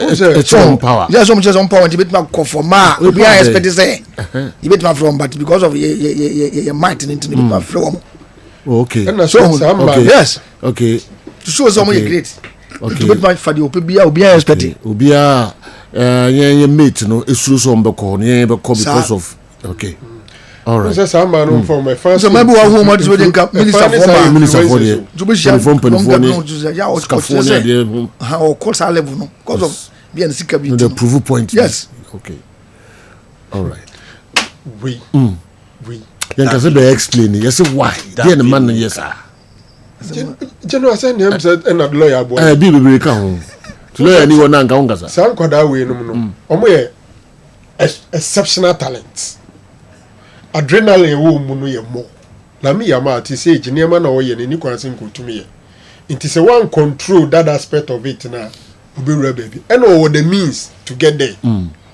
the means to reach and now him man them say around 24 25 26 27 28 no I don't know how finish you know pa oh okay nim dressing nti so we scar there okay better for yeah okay mid 20s one late 20s one early 30s one yeah na I want to ma ho fe yi no pa okay na so to that stage in there what it takes you get there wow and now to come in penifo bi dia yes but omo say me was you bit me wura ho na ma say me nkofo say me far ahead of you I see yeah no mba fa na bit ma fa sanity okay we so send mate okofa na ebeka defilement send mate 15 yeah okofa girl 15 na obenya asem just one trouble okay la 15 for 15 something in the defilement okay the punishment in the bia also onye adult ntino on punishment no ya na offense okay cause 2 minus all right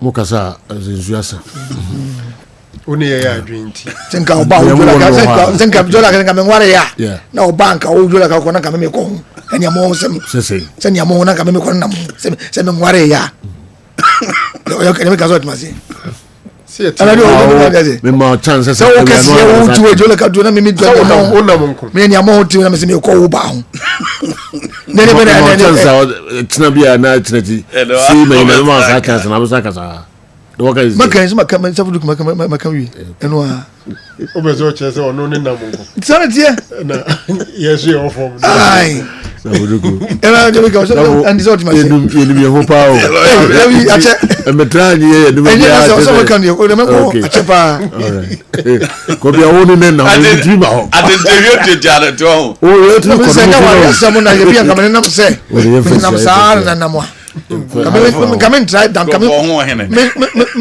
me so na ida se bia wo timi ko no ko yo ka dia si o ba so pe na nanie o do mo ba ke toda savo ni de o tie program o do mo ba ke toda na me savo ko yo e je dia ni a pe se na me ko e ko progress du ka dia wa dia se so so ah awa se mo dia we mfa ho no mari kunti asere why din utu baby okay am ga so bo so contribute o chirawajo this one yake da we so waju tu mo awa on da 15 years akofa 20 years on the advent 15 years okay you the progress you ga na me fie so yes okay the akrana ni na ma mi no so de oba e fa mo na sam na kuku boy fa kana ma ho be wo de nto aso e fa mo na be ya de mo hu de na be ya to ati now to the Premier League. Yes. Seranku was talking about Sunderland. Now Chelsea game no so hwa the bia me the blame no ma Enzo Maresca. You know, sa obia me bobi ball no adoso wo Chelsea do. And they obi hu say we na epe. E china bo say we na epe. Announcement from Ghana or the ball ni tum. First go. No obia nim say Chelsea be take game no to team ya fene Sunderland. But unfortunately for Chelsea, na Sunderland for no dominating game no. And clearly, João Pedro after the game, coach in say na on your fit. But na no obo na see a party Chelsea obo. He was not involved in play. On another boy as a creative spark on link up you or withdraw so much. Bon or John Timin transit and Pedro Neto was out because Ronaldo Mandava. Fortunately for Sunderland, no more 2 players about right side of their defense, left side of their defense. In our experience, Node Mekwele, formerly of RB Leipzig, Paris Saint-Germain, on about the right back. Now, Ronaldo Mandava, formerly of Atletico Madrid. In the system now, no more defensively, no what you say. On neutralize the threat of the Chelsea team. And I know Omudina equalizer, na Shekoya, Omufa, so that equalizer, 1-1. Obianim said Chelsea be back. Still, now with the Sunderland phone, it will game. Omat to achieve the 3-back system, Omud they are close to baby. Now, you know, the sad aspect of the whole story, and they say, tell my Chelsea here goes. No coach, I friend Enzo Maresca, you need 2 strikers in Magui, and then João Pedro Frim. Eddie Andre Santos, any Tarek George and Eba, some will make you go and from Chelsea. And even the Garnacho substituting, na Ediko as a Garnacho free at that time because I feel that no one you go and all warming themselves into the game. Now there were players and no who so na Garnacho your head. But the coach insisted say Garnacho in film. And look at how last minute goal, Brian Brobe control ball ni Jina Swa, Toys in it Chalube Nyanto was yet Tanechi. And sana one player move from on one own zone. Ultimate ball ebabe 2 at them enya 2 goals to 1. Chelsea defense there and central defense no. Just a champion no idea today boss so he was all over the place. Yeah, who the coach no so no begina home. E ma toys in mebobi. Nti e to da bi obia mebobi no. Said you eno na ha Chelsea team nti uni Maresca o ma osre na the next day no am na. But Sunderland this season general omo de bona so any and team should watch out for them. Manchester United share 4 goals. Now Morimo team ya win me and to aso. Ade a boy United and they say the guys no mko for mo pa no PN so mo be change o mo team gradually o mo peke. And anytime Casemiro plays well, Man United plays well. E be a say Casemiro e game pa na we expect say United so be more modern. And the good thing is that Matthias Cunha ba say you no team nya go. But none of your ball our boy. Na Sasha baby a ujina. Ultimate the ball no sa to what them. And Brian Buemo second goal solid. Said you, what a top drawer. She passing a free by no. She movement. Look at how she finish it that boy no. Into the 3 guys. It almost says go and she go. But at least the double 10 for Ruben Amorim almost started flourishing. And I hope say almost to us to say yeah things will change. Man United because I say. And you know, give it to Matthias Cunha and then Brian Buemo said on the 3rd goal there. Na you brutal. The technique or the share ball na too much. And these are players that United in here anymore. Imagine the 3 guys no omu pull so much threat to opponent. How will you survive against Manchester United? E will say come give away after and Dan Wolberg. Obianim says that Dan Wolberg and Obi Akra referee no Premier League no. But then from last season but this season. One obo and born or watch a young players the baby class stop so. She quite far to both free kick in the tomb. Into Man United, they are not back yet. But said you gradually more they bonus so and I hope they will continue like that. Now meaning say menya and Buemo go no. But the second goal. No? Yes. But unfortunately the second the name for Bruno Dami. Made them machine movement baby o free move far left no. Yeah, from the right. Strikers na what's our movement. Ohwe baby a ogina any baby o move by na not this one the last goal no na fekeke and gradually he's swarming himself into the Manchester United enye nwanwa say ohwe ono ni Mo Salah ne wingers are from last season besi this season say jo omotimi abo goals pa ama bibia timi akointi we hope say beto aso sa na Manchester United nso etimi ato aso abom homode. Now to Liverpool. You know, Liverpool game no obi o hwe obi against Brentford bia hu omo problem. Enye mame nsape. Number 1. Gravenberg ball holding him omo dey win the Premier League na ko so omo to pivot. Player or do protection bebre omo backline. And omo anto and omo decided to go for attacking players. It's also a game where Dominic Soboslai and then Curtis Jones the who do midfield na the man. Now what watch Brentford this season be almost so ball with 4 attackers. Dango Watara, Ago Thiago, Damsgaard, Kevin Skate. Omo change your game no from the 3 back na Thomas Frankie Bono. But attacking lineup front 4 and omo Edison Jano. Now any team a obeka se ball no omo ko no omo say could defend it. And almost exploited the weakness between the 2 centre backs of Liverpool. Van Dijk ne Konate. Ye pon na obi e bo Konate din, but omo mienu na ehwie pa. The be e kwa do omo ntem and omo ni speed until the third goal na. E kwa ya Damsgaard first so exported the 2 centre backs of a Liverpool team na. Obo team na third goal no ma split it. We gina ha until ball ni 2-1 straight away. Abranten etim eko ball no send Van Dijk ebe yes afedi opi no be tackle no e da afedi ebre bi o na chi opi so be tackle na general enwa oko beko so penalty e wo ho. And Brentford once again said you attacking threat no etimi emo the 3 maximum points.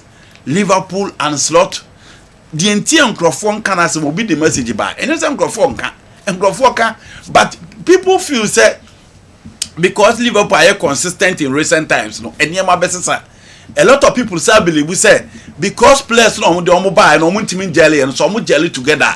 And unti na ama backlash in so ate no. And yet to say Manchester United because United here they've gone 13 years without the Premier League. Inti enoni ade a obi ehwe so omo buy omo team here. But for Liverpool and Slot they are only hoping certain will work out. But see you. He need to set up. And na Brentford supporters in the Huru say the next morning on any coach omo ebetimi asake no. Manchester City Matthew Cash go no omo ntimi anyina and Pep Guardiola team nso aye on and off. But Aston Villa gradually omo start here but who so omo so pick up. Arsenal now Arsenal same. I'm looking at how Arsenal ebetimi are making sure say just a record na oye no ono so betimi aye bi e wo home because general Ateta build a solid defensive flyer. Oh, try, oh, bread. And so we share the consistent play of Saliba and then Gabriela. It looks as if we are getting the Cabao, John Terry again, the Rio Ferdinand, Vidic again in the Premier League. Arsenal beat me as one, but you know, how do you break the Chinese wall at the back? And Eze against Crystal Palace, or the ball not to Atenama went to be and celebrity. Arsenal actually what they waka say obi e ho mo so mo beje eno ni ade obi e ho mo ba say do me dey gisi di Bruno awie eno ti conclude on Arsenal as only competitor see after 9 games obi an chere say obetima J League no apart from Arsenal see ade obi an chere obi an chere so obetima say obi an chere apart from omo but it's early this yet because yenya City na omo timi ko 18 na yenwie no na Diego they have a good team. And you know they have a good team. Arsenal team no match mu several. Say omo weakness kwa hefa na okopa obehu. Omo blessed ya omo go and they have multiple scorers as well. Jokeres, Ezabeka hon, Sakani, Trossard, Martinelli, a lot of players in the team goes at the moment. And when it comes to defense, they are playing center backs and Kwama 4 at the back. And they are playing so well. And Midfield and so in the absence of Odegaard, Obia, who's Odegaard, Ukraine, two more options. The only thing is the mentality, and let's hope this time they will get the mentality in the second round to win the Premier League. They have everything waiting to win the Premier League, but you know, I'll wait for them until they win it. I'll still doubt them. Twas away Monday edition midfield action Kessben television messages no eba efiensem na eba be wuram but eba fura Africa kakra ansana the local stories no enso abrem kwa miki di bebre. I agree with Safuduku.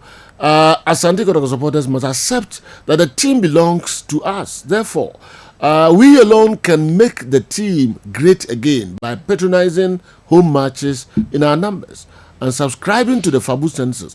Afrani Electricals and Constructions una opeja message we and so they are braying and they are not paying. Mamin free Afrani Electricals naminko eye NTK juso Osipanyai Brian Buemo. It was a good goal. I came in as an extraordinary coach and later became ordinary. And I was further degraded and downgraded into a clown. Now that I'm winning, am I still the clown? Or my status changed? Ruben Amorim na this answer we to a job. NTK you do no ebesia okono boko a na enso yokono boko umiem ni amiem. Okay, my Reverend Father Godfrey Ofori Olak on our way good morning sir. We've seen ex-players who travel to work after playing big teams in Ghana like Kumasi Asante Kotoko. In fact, players like all individuals work for sustainability and regards finance. As regards finance, can Kumasi Asante Kotoko pay 10,000 cedis for all players? No. So who in his right senses will choose 10,000 cedis over $10,000? All things being equal. If players sign 3 years and have few months or a year in their contract and may leave for free, like we've seen, what else can management do than to sell those players who are excelling?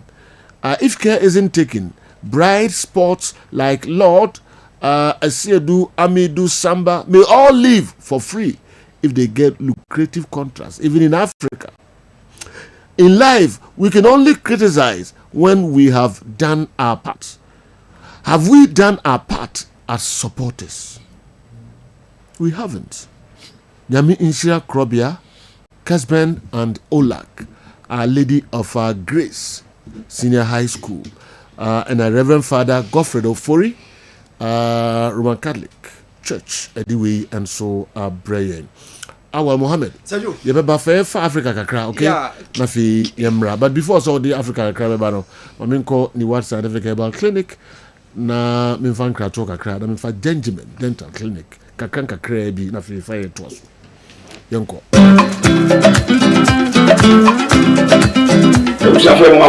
Eba ni World Scientific Hospital. A team of medical scientists. I create here near the infinite maswo. Ejuma oh yaswe hasi. Yaswe hade. Nyesa oba ya sabi. Ni atam edu the amount. Say the kokono. Na emu ye do to afidi so.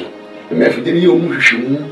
Me ye omu adepote ye yade ne brewo. Na se me omu enya yare na di woni bebia no so. Te be che yare ma wato yare ase. Ko de edit ni say see the baby say what we are here with to asentem Oban What Scientific Hospital Dr. Fobius Yadjuma say enubna enu tan a obo ade e dwumye no yenye mu hwemu na fe enwenu akasa e wo ma friends phytochemicals no ye extract say enwenu no na yemfa frem no emfa emao ebi a kidney no yare abem kidney no say yanko na Ghana ha ye de take ahaban e de dialysis a kidney no say akodu se den kura no a nyareshemu na nyadidi na fo ni kirem ewo ni What Scientific Hospital bofra ban eboye ama wo diabetes ye ni bofra ban ene nyama bi efra ede mawa ebebo ma diabetes na o sugar ekosrupi no eno so aboa ama etinya bafum ebi na wo hwemi sisi na o problem pa e yo mema sem baba bi wo ma onya tenkan kora so wo ba beda obo so otimi nya hode ne peja na wo ba ehyemu a ehyemu na adwo eno bo so atese ne bema no ensore kora ebi na e no bi ada so a wo nom yo ba na utie me na se eya wo no problem ebi na e fibroid na kosi a wo no kwan ana wa kwa ya sabia doctor si ensuo betata onkosi mo ovarian cyst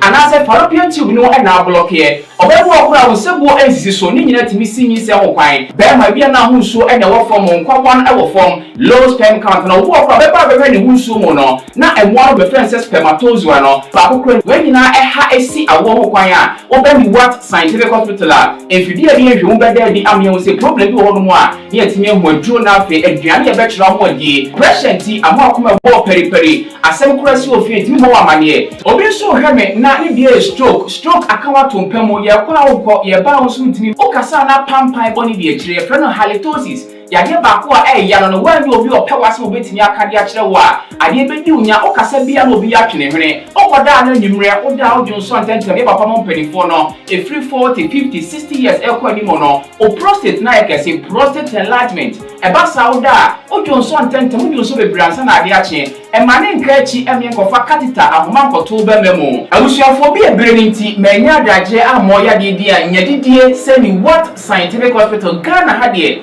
o pa ya sabe ya dia be film die fidie e de twe enubna ena afa hode ni fra haban mu e de sawo ya de ma wa na e ni What Scientific Hospital yi wo Kumase Atonsu Monaco Junction ya Dansura Bank no ɛna ebi anim hwɛ ɛnkran so yɛwɔ maa 7 yɛbɛn Janet Corner dan no 0244 08 7687. In case you are watching us from any part of the world, whether you are in any African country or you are watching us from Europe, you can contact us on WhatsApp +233 244 08 7687 or on Google Map. Just type Niwat Scientific Hospital and you'll be given the exact location. Niwat Scientific Hospital. Nyanko Pwanda Rumenti Wamoto Edema.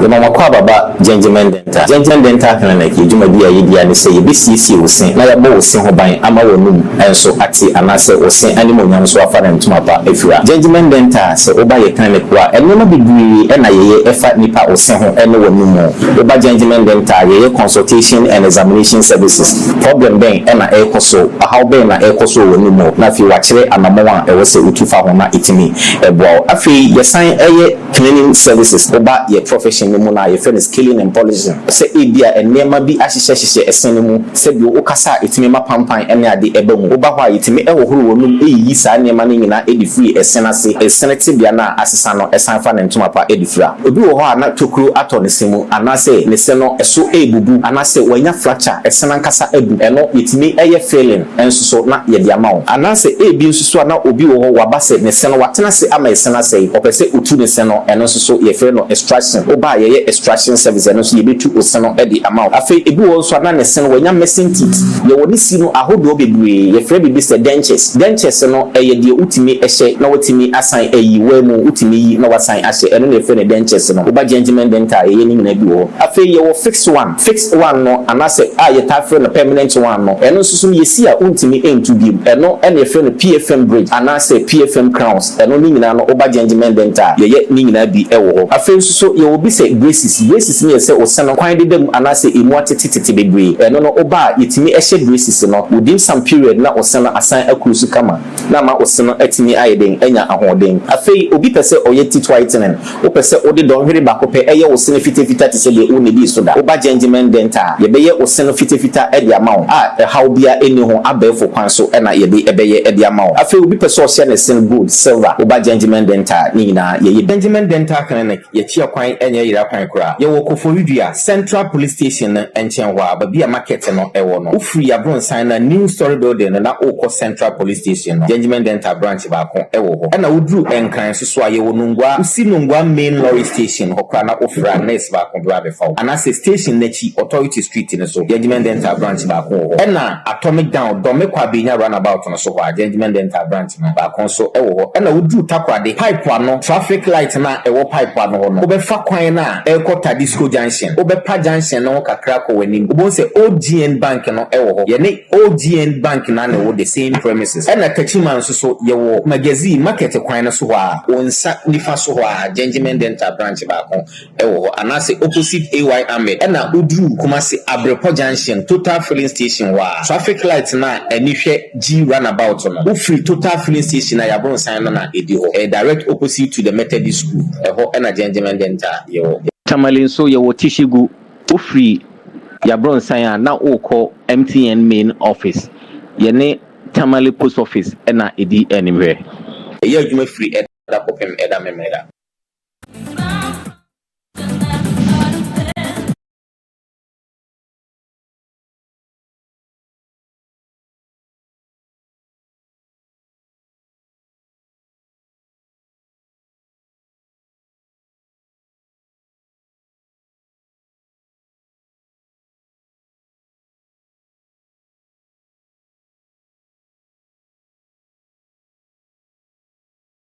and a for and a me and make it group stage, plus other stories. I free Africa. Sana maba lawyer Savuduku that mean bedin komopi. Come make it local stories and so a bebrain.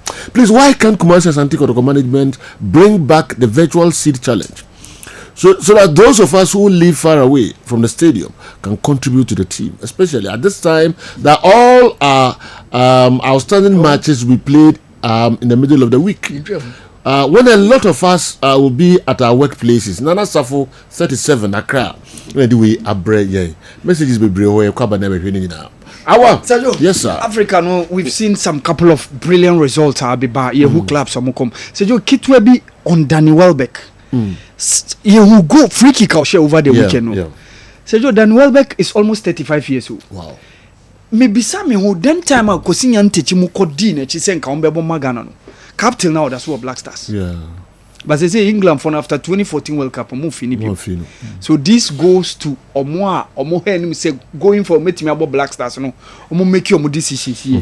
Sergio, you 14 clubs are more qualified the group stages of the CAF Champions League. The reason why AF14 is Sergio, 2 of the teams now a ball first leg now bono. No mono participating in the CAF Super Cup no, and that is Renaissance Sportif de Berkane. RS Berkane amoye Morocco team omoye defending champions of the CAF Confederations Cup. And of course Meka Pyramid FC amoye Champions League winners amoye African champions. Last week no they were playing the CAF Super Cup. So first leg no say you want team participate afi no mo abo mo first leg nti that is the reason ye roll call of the clubs now omo games no standby ye the winners because we've seen Pyramid FC abo draw in the first leg against Ethiopian Insurance Club baby Audu Bashir for Osman Bashir former Kotoko midfielder ko boy no. And apart from that, RS Berkane so ne Ali Tripoli so abo 1-1. After no mo bebo mo second leg. Omo bo we are near who the list of the 2 teams be free from those 2 games no. But Joe ye who 14 teams so more qualify. Al Ali, Sundowns, Esperance de Tunis, Simba SC, Al Hilal, Young Africans, Petro Luanda, AS FAR Rabat, MC Algiers, Rivers United, JS Kabylie, Stade Malien, FC Saint Eloi Lupopo, and Power Dynamos. So you FC Saint Eloi Lupopo, for me, I think they have been the best side because they killed a giant. Meka last year's runners, one of the semi-finalists here, Orlando Pirates. So you they defeated Orlando Pirates 3-0. Over the weekend, Saturday, Sundown Pirates in Sushomu 3-0. And a game no, pushed to the post-match penalties. And I'm 5-4 on penalties. Orlando Pirates free. Orlando Pirates were semi-finalists last season, Seju. Even the game against Pyramid FC, no, Seju, they gave Pyramid FC a good run for their money. But unfortunately, Orlando Pirates are out. So now only 3 South African clubs play NK Africa. Only 1 in the Champions League. I am Mamelodi Sundowns.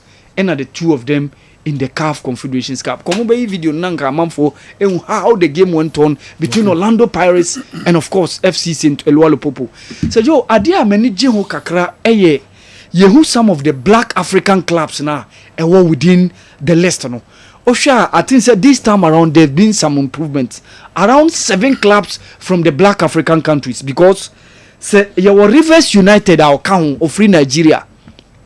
Your FC Saint Eloi Lupopo from DR Congo, Power Dynamos from Zambia, Stade Malien from Mali, and of course Petro Luanda from Angola, Young Africans from Tanzania, and of course Simba SC from Tanzania. So just 7 a year. There were seasons with Miko group stage, you know, be about 4 and 5 pe. And per the list of Mwena Mabubono, likely say some of them might get opportunity to go into the next stage of the group stages, especially Simba, Yanga, and of course Meka Mamelodi Sundowns based on performance of Madanedi over the weekend. Now say just start the Malian so NAE no Adibo free. Yeah.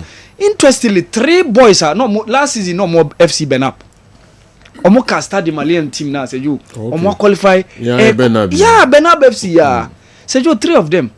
Say you. Unim say omo be fa Golden Boy Abdul Razak e de ne call omo mine e mane e boa omo ne nim de any idea e prepare omo just for this African 3 boys in the honum no. Okay. Yes, Meka Munkaila Abdallah, Gabriel Asamoah, and of course Francis Awini. Say you just last season they were part of Benap FC boys. Omo team no. Omo akwa ka start the Malian team now. Say you omo so a qualify omo ko into the group stages of the CAF Champions League, you know. And Sergio, I think say very good for the Stade Malien side. At least only 2 West African sides and they were within the group now. Oka, the Rivers United team of Nigeria, and of course Waka Stade Malien. Sejo, football in Western Africa, especially club football, is dying out.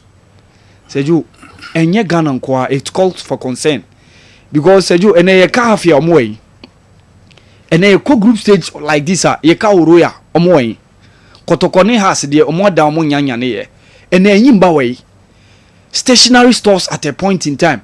Yes, Stade Malien. 2 seasons ago, we saw them in the group stages of the CAF Confederations Cup, even in the quarter-final with Dreams FC. Yeah, Rivers United. But Joe, back in the days, you know, clubs so are free West Africa, and me call it the shots. It me challenge the status quo, make the North Africans, you know. But they say, as a West African, no, tear the ama those North Africans, you know, and to some extent, focus Southern African and those 1 or 2 countries from Eastern Africa, so are more clubs making it through. So Joe, for CAF Confederations Cup, no, all the 16 teams have been settled. And so Joe, dominated by the North Africans now, because we have Zamalek over there, with that athletic club, USM Algiers, 2 seasons champions, OKC Arbelus, that 2 seasons they were in the CAF Champions League, Al Masry of Egypt, AS Maniema from DR Congo, Joliba from Mali, Stellenbosch from South Africa, Kaiser Chiefs from South Africa, AS Otoho di Oyo from Congo Brazzaville, and of course San Pedro from Ivory Coast, Nairobi United. Sergio, Nairobi United only 2 seasons ago, no more, second tier of Kenyan football.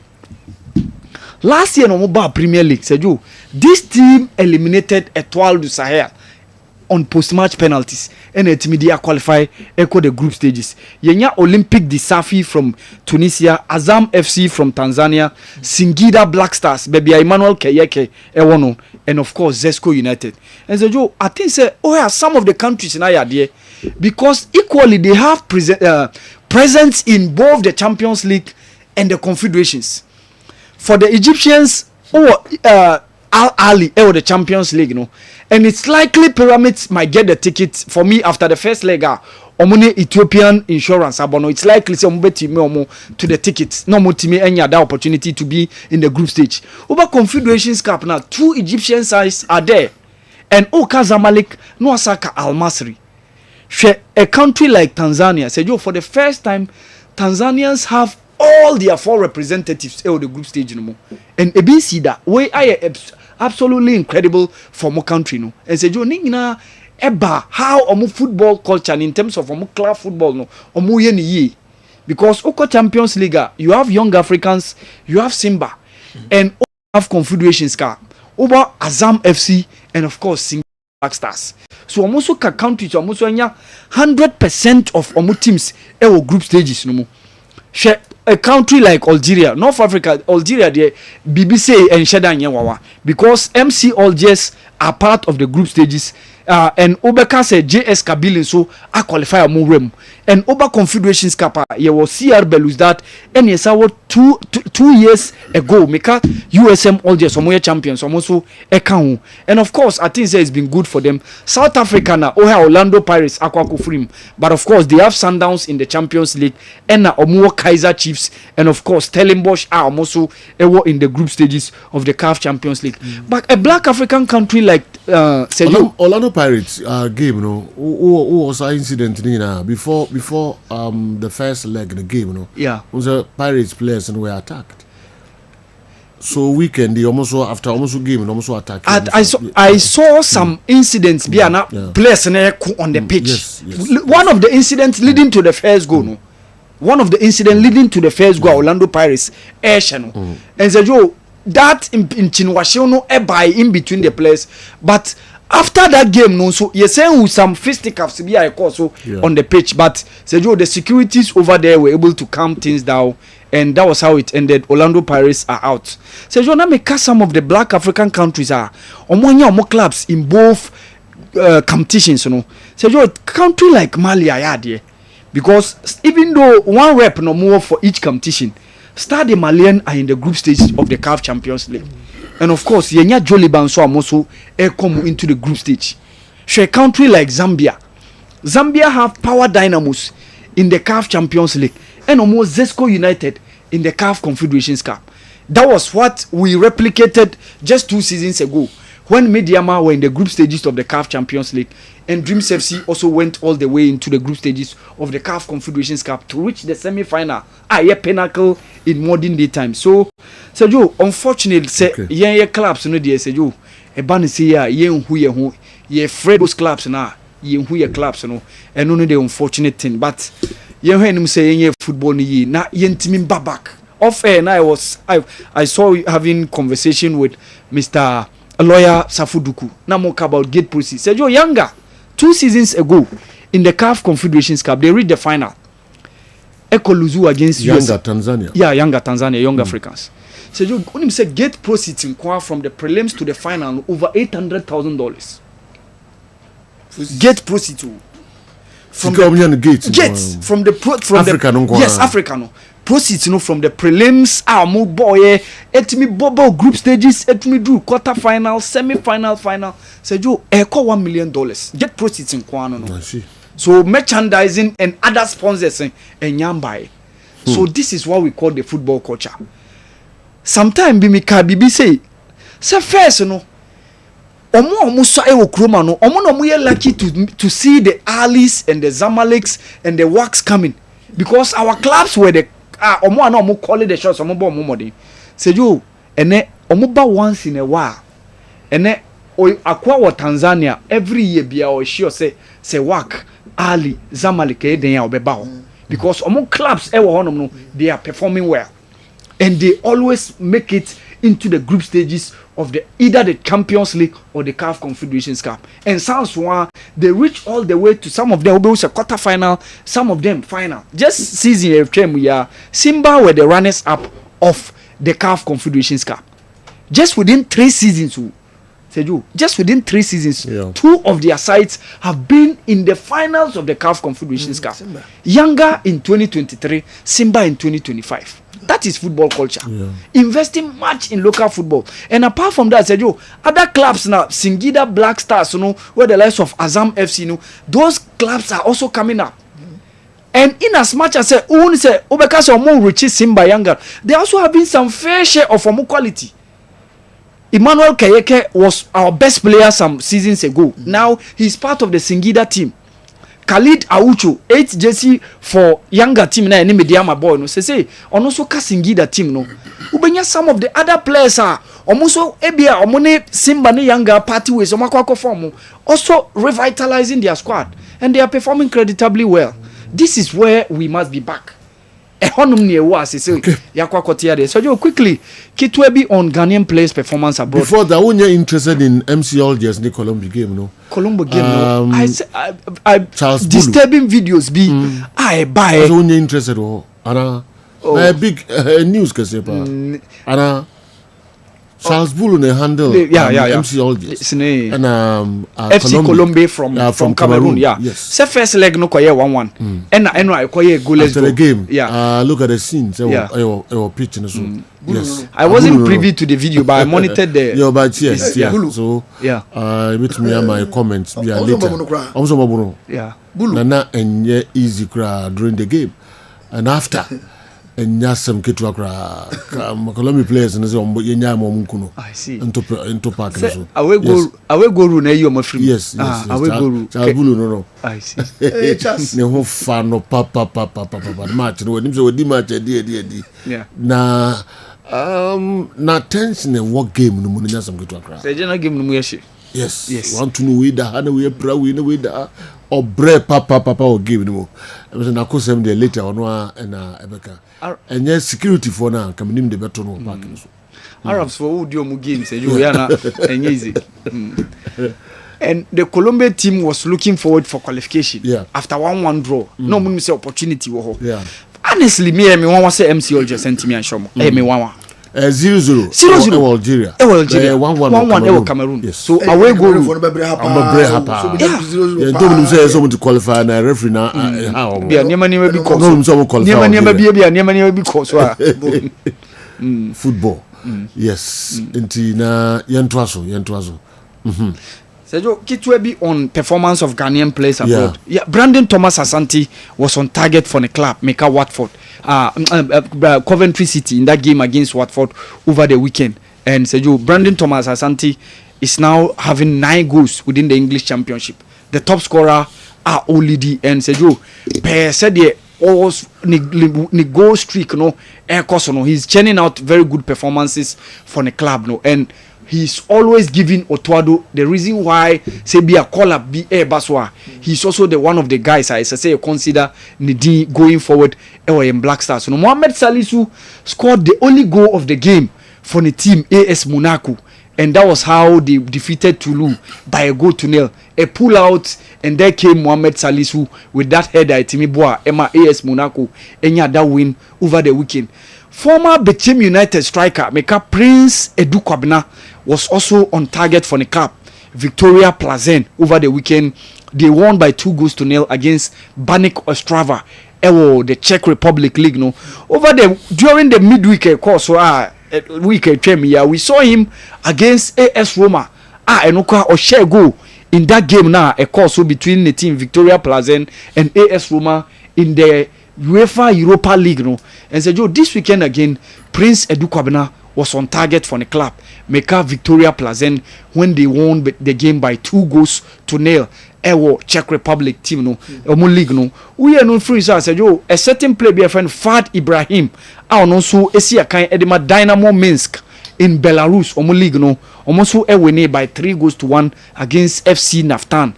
And Fad Ibrahim was also on target for the club over the weekend. And of course, Eugene Ansaso, the club Ashdod, any Hapoel Petah Tikva in the Israeli league, Eugene Ansah was also on target for the club over the weekend. Say you, this sums up the couple of goals are Ghana for. Alright, I'm right. Nothing. I dread a weekend in 7 Dawson into me and Cavani na and local service no come Mickey at the Bebon Komokakra. So the Munim la Savuduku was studio high never to uncommon trainer so nothing later come Mickey at the Fisam no a Brayen. Before say any lawyer bedin Komono na other local service no abano maminko amuzu Dr. Amuzu and so aswe amuzu P and afi amuzu garlic ehon enkomo kakra na yenkomra.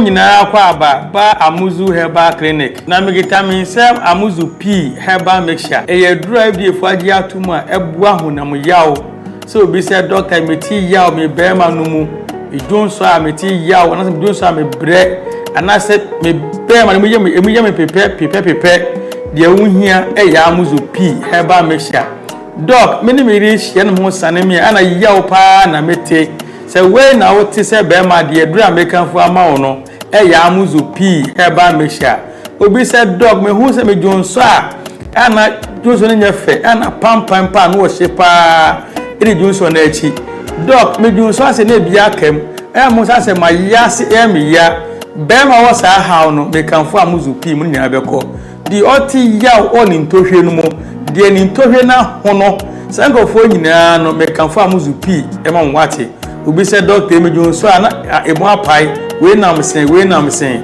obi say doc me jonso ani nso kwa dotro efremu ba ena obi say doctor me ko jana so se me chemu a obo say ka frɛ na nso man efreba no ba de wuhia ya amuzu P heba mixture oba so a otie mi a obuni say wi a echire no pampan ko na eka ko na eba me kanfo amuzu P ema wate oba so ode po how quite how nso basa egu wase ne pa yie pampa ya no wo shepa wase obojo so oti yawe wadro ya amuzu P herbal mixture obebu nkeka ye na che mamno kasika fio na himfie bia na abie ni kuru na no ekọ ho pampa ya ohu no nya panketwa amasabi ni confidence no kwa na ekọ form obebi otie mia otimi bu ninsa in bleeding obosa within 2 months no bu ninsa mprenu onya nkeka ya na ya osa pamuzu P nu masa nyina ejai wako twa scan yeso wo PID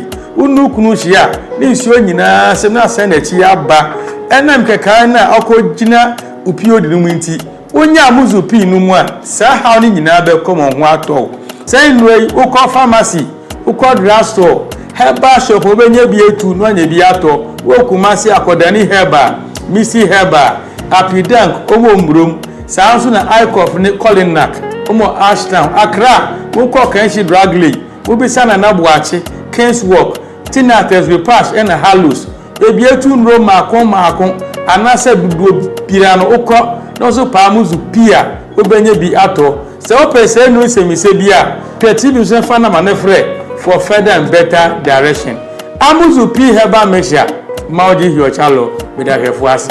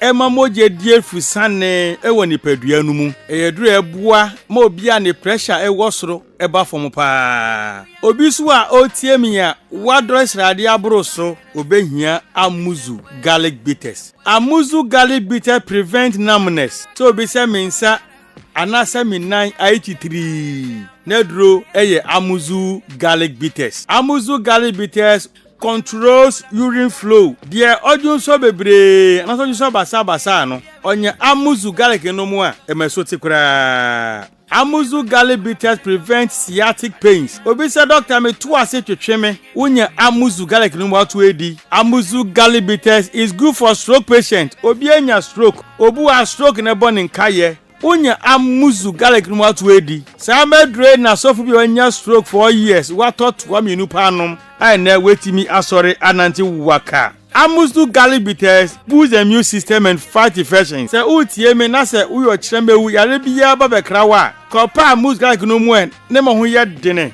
Na kutie nyarewa. Amuzu garlic bitters prevent body weakness. Obu ha ahomre woni so. Amuzu garlic bitters dilate the arteries ebia intinimu mamoja ediefu sani yie pa amuzu galibites support the pancreas amuzu galibites pancreas ho ya de ne modidi a ekotwetwe sugar na glucose na mu no me so te mass sugar eba normal amuzu galibites improves vision obu ho a ne pressure was with the man de hunu wo form onya amuzu galibites no mo buaw ma friends woni na ai wisi no we hu ade yie pa amuzu galibites prevent palpitation nipa bia home ban sese home no was bebre sa kope amuzu garlic nenom amuzu garlic business prevent insomnia obu ha obre pansa wada ye fradi basic any sofa ye rich amuzu garlic mu ye ko gu mu a na mabody ne home na home bo se nche na wada enti de na hu ade ma no kope amuzu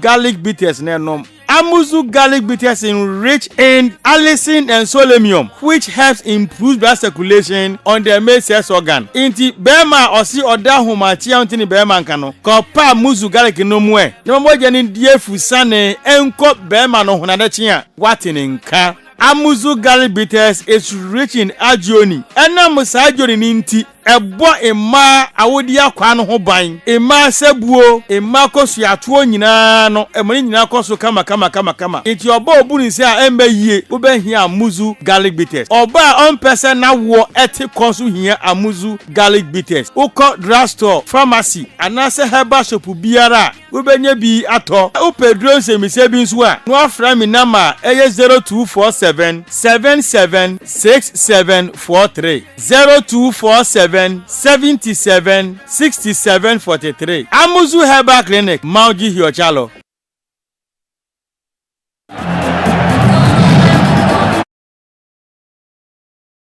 Edu enkuno pepe Kessben television yema mu nyina kwa babiom emra midfield action Monday edition no eso we ase your friend Daniel from Santasi.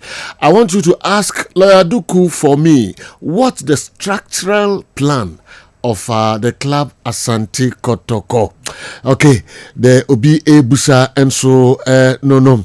Yebaba na yahwe other messages na mude aban baba min ko lawyer ho na kakra abano na fi the way forward Kumasi Asante Kotoko ebejina they said you other clubs they say Tanzania okwa 2 clubs omunyina no for the first time in the history of Tanzanian football omunyina qualify Bakura CAF Champions League no Bakura Confederations Cup no emu Tanzania enka North Africa enka South Africa I say ye ticket chiredodo the bia same story lawyer same story na Tanzania no mo famo oh yes na mre bi Dr. Kwame ba from me unso ni team no call friendly match bi ho they invited him Simba Day no Simba amukọ na sa fabusan so sem kram say start here say dey na mo ye na man yes person so supporters na team organize ho a ye bua club in terms of finances edini ye so ye introduce sa animal bi wa ha do me no kasa be sin fabusan so no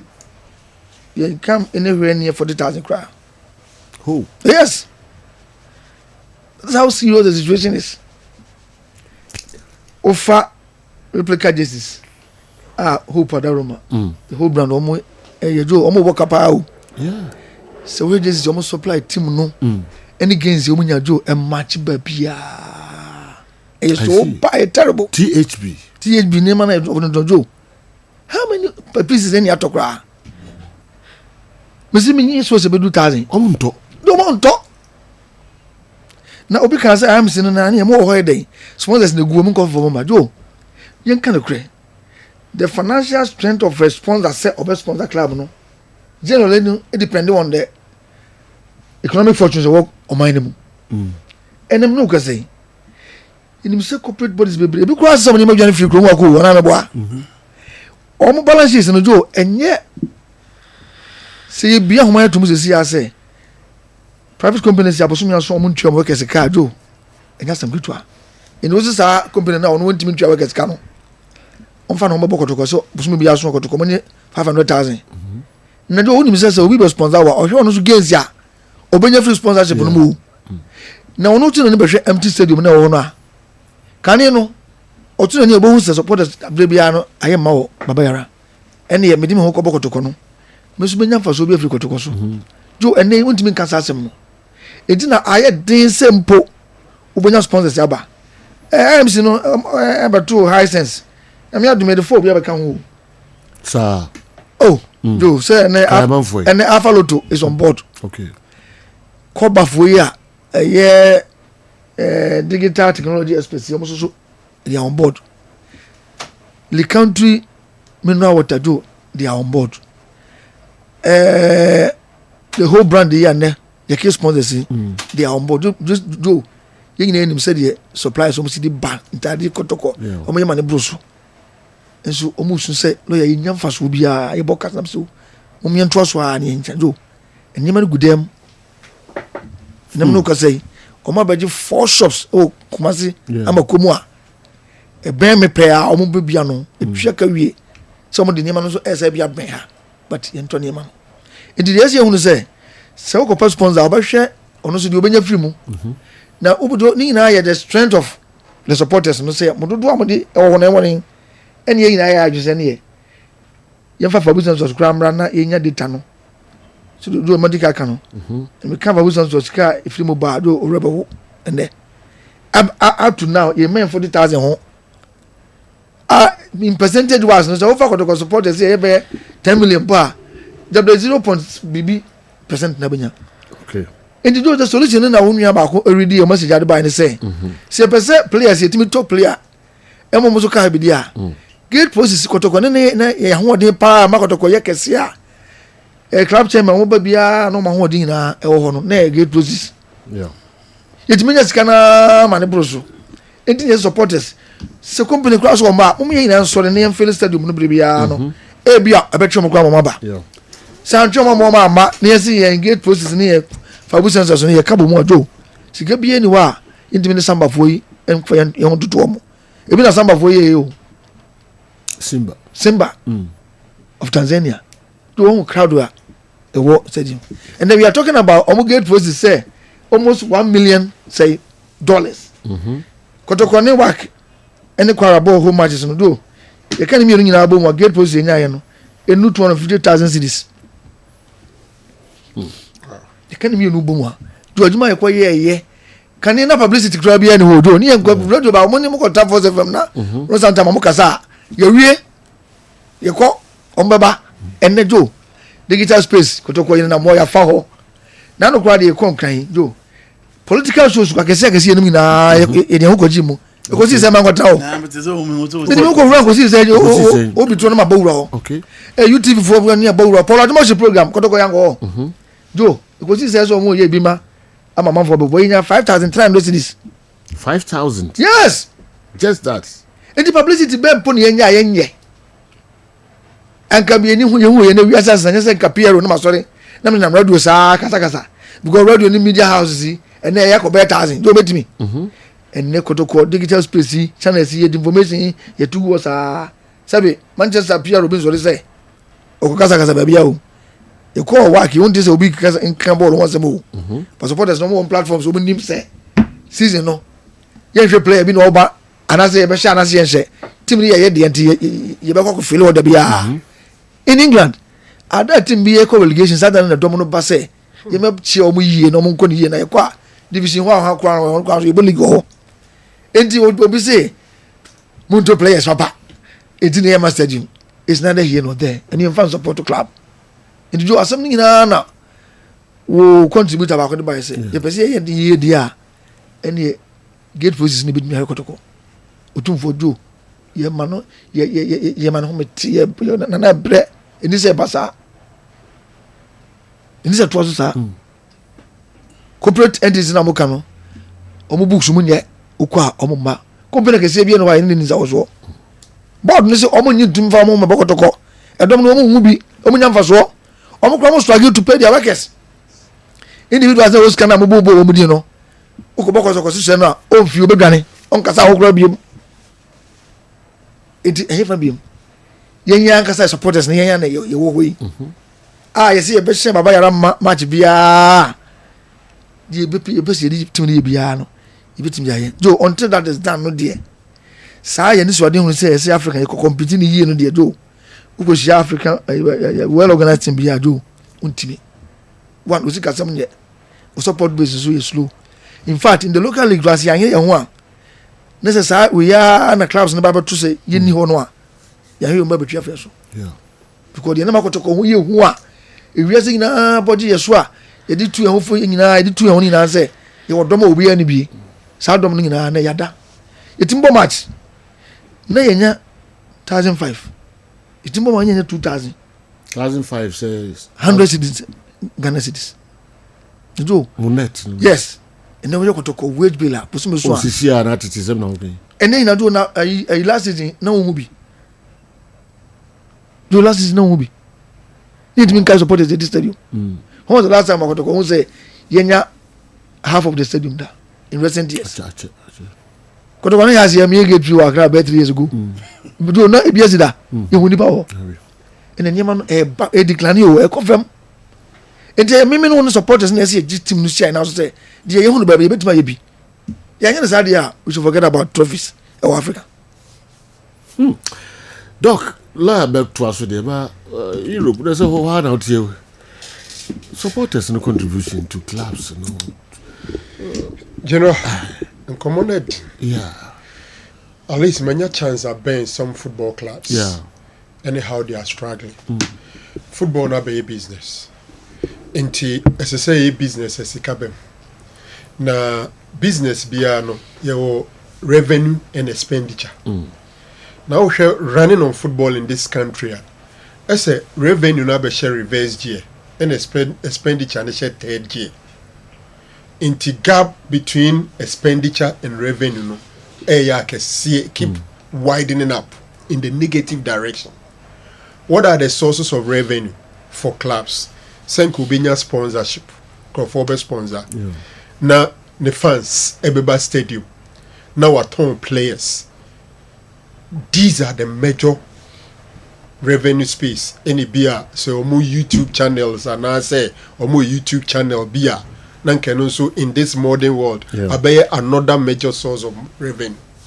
You now in PMP, Sani many you depend one factor and a major determining factor. Ebema other factors in the crown aba. Attendance of supporters at the stadium. Because our supporters were stadium, Ukope sponsor, they keep on using this expression.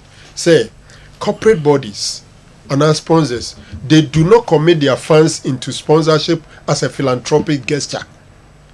It's rather supposed to be a mutual beneficial deal. What do I mean? Se company be sponsor wa. On farm mase ni trim na ye or ye Father Christmas or ba be ye wadoye keke. Or de ba say a day na onu nsu benya efrim. Semete se Franco Media Institute na mpese me be advert wa meti sika be advert o Kessben ano. Mi gidi se Kessben fo betimi abo hu dewru amani padodo ati. No mo nso ba mi school ni bi na minya sika me de atemeka so bi. So se kotoko betuma konya sponsorship free company hwa okwa so oka kire company ni se me wodom me bobo ni padodo se na eba se mi yi mi shita e wo ho kire se me bom match bi a ni pa ebani sika minya nie enti se me wodo ho bebo me na wo ma mi sika enam se dom di machi nti no wade na wo ton no enkrofo bebrebe ba beto no wase nya mfaso de akwa akohye. So if spectators, sponsors and supporters emma dia dey ma so obenya dance here now this are dance here na corporate sponsors. So getting sponsorship indirectly depends on people following you. And until a big clubs all over the world enya sponsorship akese na nketwa enya. Nti say also a big club now we need sponsors we need supporters. Now supporters in mama unye mfenya data there ebeye den. The other data anka team biti se kotoko obetumenya ye ni fabu census. But me check it so throughout. See I check the Safudiku Kasano. Total registration is 28,000. 28. I was a bit to check me 28,203. Team no muso mu was how many 8 million. Even 500,000. 30,000. Sorry, serious. Impo inyai. What if fabu senses in it? So what they impo na ya. Enti asichira ni say the sponsors, the supporters are not coming. Unfortunately for us, Yantisa Brofuno, Nottingham Forest are both 7 matches on chair, but the game, you know why am I? Support. But Kakotoko the idea, Omarene FA Cup, Omarene President's Cup, Omakwako Champion of Champions, Omasakwaji Toyota Cup, and Omo Uba Africa, not against any other team than team on any history in terms of rivalry, because any fear area. So we can one game a shikotoko fans who kaipa a work for before crew any free akoye. That has the home. What I say? Enti senkene work a banner sokotoko enyana. And can ye crank supporters heading? Eba. The first thing here, senior ya hua a team like Asante Kotoko Africa game, no to me mono nikumase. No kobo no akra. Meanwhile, we are free and serious football country. We are all pretending. We are pretending to be serious, but realistically, we are not serious. We are not serious.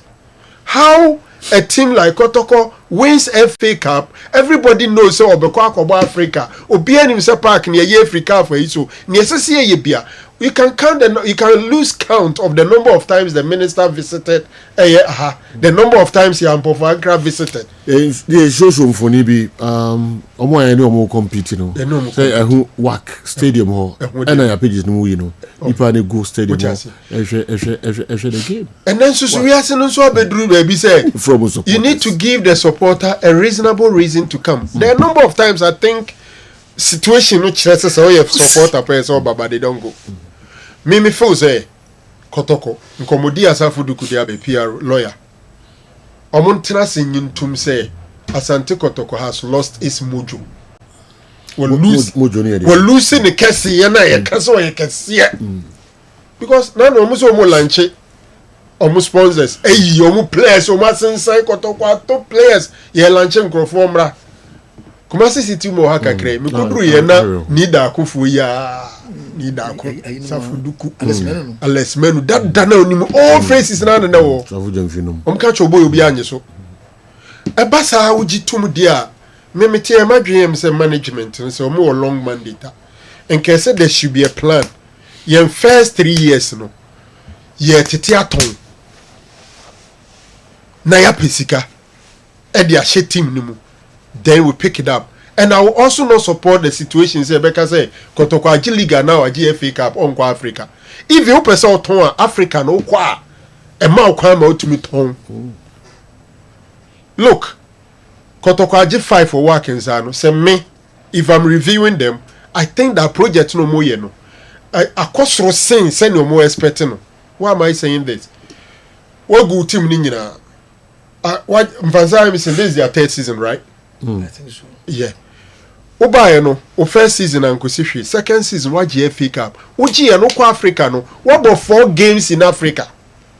And 4 games in Abo, and for me, there are a lot of positives because Obi will follow in football, even if you are an average follower of the game, they now draw the bar after Kwara. The next opponent is working, and so prepare when you heart.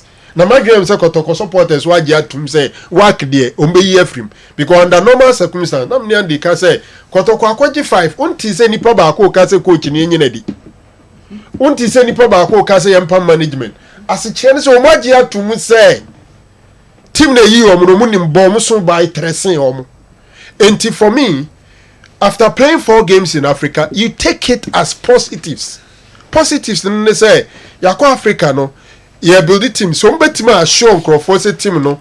Ekwebi so the core will be there. It means that we've gathered some experience as management. The technical team have also gathered the experience. The playing body now, most of them. And the Kotoko team no, apart from Peter Amidu, nobody is in his 3rd season in the club. Ebi Aukwa, I'm not too sure, but almost starting 11. Duabodo Dokra is in his 2nd season. And Tiasi say. Is a team that they are building. So having gotten some 4 matches in Africa, you take it as a positive strides and then you pick it from there. So more policy say, omuba tunto players nesika ba nesika no yebe hu de omudi ebe ya. Very important. because look utim no nhyeda nye so akono nti sabi good players and sign 5 years ma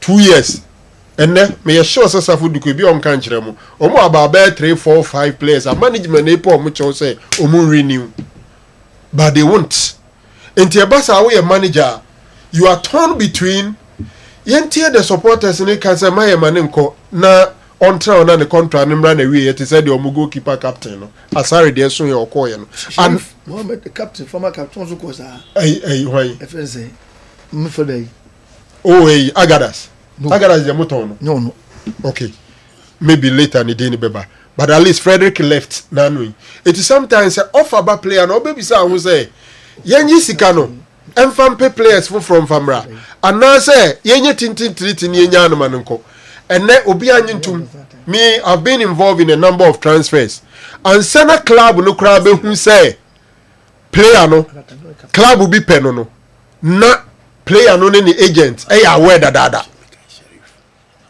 what I say first no there offer no beba be see club no so no matter so but then there udi agura wo ye dan Safo anybody Richmond Lamptey then I'm can gather as senyor Agadas and Lamptey I'm told say when your contract and the manager say on train kakra afo so yare ontimo bo bia biom so you have to wait till say contract no be run out no con be free it yentina ma Albert na onko sa na you see Safo me initially honestly when I saw mo player sale some more now say you know I was like, what is this? This is double slap on the face of supporters. Yakobo match. Yashaya 5. Obviously, Obiaya. The next thing is to announce it. But when you have maybe you tend to understand. Because team no player no. Look, later I tried some finance. I was trying. Medru baby. Now, in general, they had 3 options, which Albert was their first priority. But some delay because they were going to close the transfer window. The other option was ready waiting, and one of them, the 2 of them, they are all not Ghanaians. They were all not Ghanaians. Eti se omu delay kakra here. Em say kebeko baby. Eti ekwa bi so no. Se mo ye ready samu beton. Let the supporters communicate. Mama supporters in who plan any succession plan. Young fan say we work on $500,000 and I be $300,000. Maybe you are sure that we invested $100,000. And even if $200,000 on some recruitment, not $100,000 maybe it sounds well. Because look, you know mo pen mon kind. The bomb too no mugu so pen. Lord Omopeno. Na Albert na ko betina na ko beja life amaya na. Omopelo yente. Se wo so ma bet no enko. Omopes enkrofo bi so sa samba onel. Ipe ablo nti mu wa adwuma ye. Ni yampabo. Mu wa adwuma ye because one convincing the player not to go. Then are they convincing no? Okay tena. Mentra be ma me saying. Okay tena. Mentra be ma me saying. Nipa na de no de ba no Egyptians ne bi tua $15,000 e bi tua $10,000 Libya for ne bi tua $20,000 unsusu ntimi ntua $1,000 impo a month enti so supporters ne ka say management mutina won na player no the time na so munye ho hwia these are some of the issues na omo dey attack here obani player no on contract no de ne ho say no 2-year contract bana we so sign ya what would you do? You give a better offer and also the ultimate match better offer no compare so just say it looks like maybe some taking risk na initial contract no mama age no years no contract yes no and your contract na one person dey determine contract the terms of the contract you I agree both parties this is we agent now do play back now who kura bargaining power player being one more back say in fact in most cases when we hear no the no be show say no na wo ye your first year play by no enyo no de mai yeah o se ban ko am fa na mamo se mo ntimi lo am fa ma se mo ko yes okay ni ye das yes amasa India na yen kan say as if say contract no ya wo kotokon na wo power ne say wo be determine terms a wo person dey ma player no kwa na actually do pay to la mo try say mo sign obi 5 years am waka so on peneda because you nim players so force pa so mbi na kotokon abo make from the start enye wa ba be che from the start no the player na decide say mo kofu obi 5 years or no so say there be mempe me see on vivo do player na wo ko pe no e una so pe no eno how many times obi ne ho aba say and the challenge kakra ho ni say una we club no panyin now so fan of 5 years 7 years I never to I say krum hanu no players no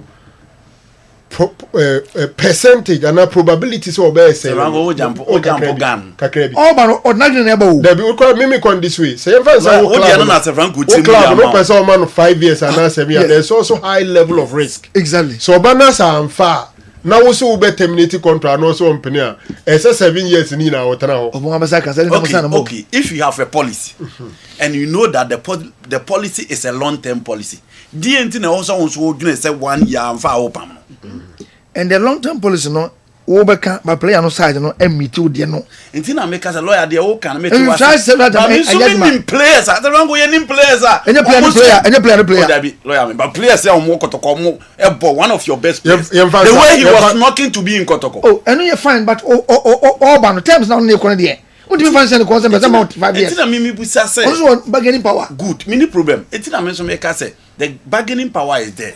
But I know players are almost so packed, chow free media men, a friend of Fomun Kabimam no family, na me busa say. Those players, no more try be 5 years or man. Oh, baby, the best any 3 years. To do best yes. Because now don't forget the player when you are 15, 17 age, who does that more than 3 years. The last of announcement in 2 years more than 3 years. More announcement in 2 years here na telecell for omo enhwem ye papa my criminals be a hacking nkofo bi phones omo use number bi na ejiji ska free nkofo say emergency I do me who be that till say happens is here number ni 050 5914636 friend say telecell right 05059146636 omo criminals say number iba phone so say for number B and asika koso immediately na emergency na a free number wa unim no ha entisa obwa edini ye dogbe better dogbe ntino omo hacking number na the answer me ne wo na ro ye chat no okay na waka tell me say uhia sika immediately agent ba man first kana mawa asema to me okay ntino oso hu bepopo no send this card on the number we be ma ana any number into bia sika bia be ba ho say send me sky free nipa kro no tie ene ne nkasa na tin voice last me ya tell them can say no ne comment no mo comment na yo mo yero no o ha ke miki number no the miki number na test say bia obo okro be ka cho say why transactions ama say why exceeding the limit enti wo the ban phone so enye enti o say fa number we the best thing is so doubt unya sure afi nipa no o free no be ka cho it is say the mo ya nti telecell misremo a before say be frem kra no sa number we ska bia koso enmanimu ya bia no betima stop a mon stop it immediately number ni 050591436 050591436 050591436 name ni dogbe better omo ye criminals as you see me nkofo bi sika kugu omo phone so den the telecell yesremo a ni diem nipa cross from hotline na no maka telecell say sika bi e kosa number no so bia no mun block sisi a omo ntimi nko withdraw sika no you know esenko for sure say ye two-way prevent hacking I'm say maybe at the appropriate time so betre I'll be to me hack your phone especially WhatsApp line Saturday no so in there be is it the papa into be by you number no catch your Gabriel obwa Friday frame say Friday no ba ko WhatsApp promise agiaya na no de WhatsApp na me free agiaya onim ho hwe na me free agiaya no say yes Nti de akoso pa no mesrɛ mo a sika bia ko gungofo no phone so mo fa dia be hadwen papa. All right, yet twas we. You tell me say in those days na yes players no mo match na e odo any patriotism. Into oba do be ka bia no na no odiso. O ye de dokotoko no ye bono keke. Ene no enema sesante sa. Ono player na wo pa no nti no. O bargaining power no. So so no years no course there be. My manager say you go ho about 2 years. The best year in recent 3 years.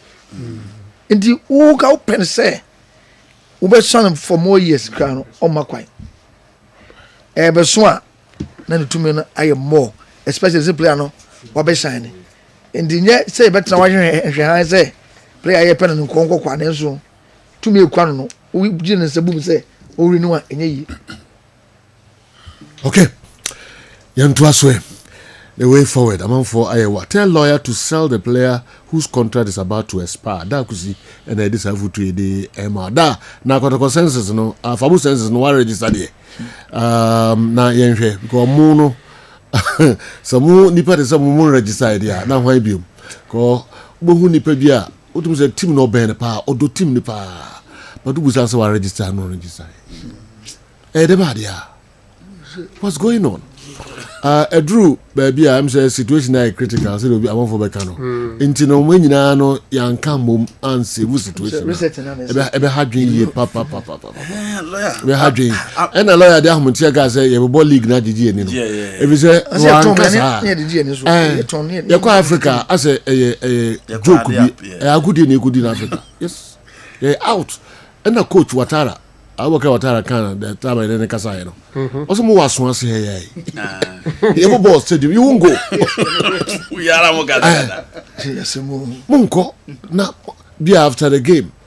And you remember my continental Real Madrid match when more enjoy matches no. And the premiership na there. You go match to stadium o waswan. You won't go. We grab mo come nche wan o herbal. Okobama na nko ya na both.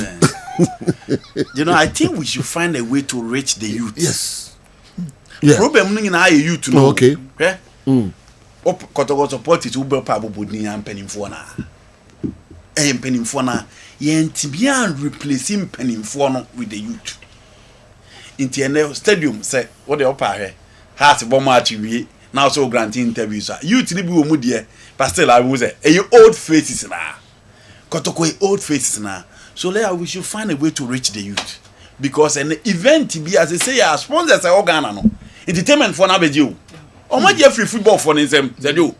And the musicians ni je event a. Hwe omo nyi omo sponsor ni sika ekom.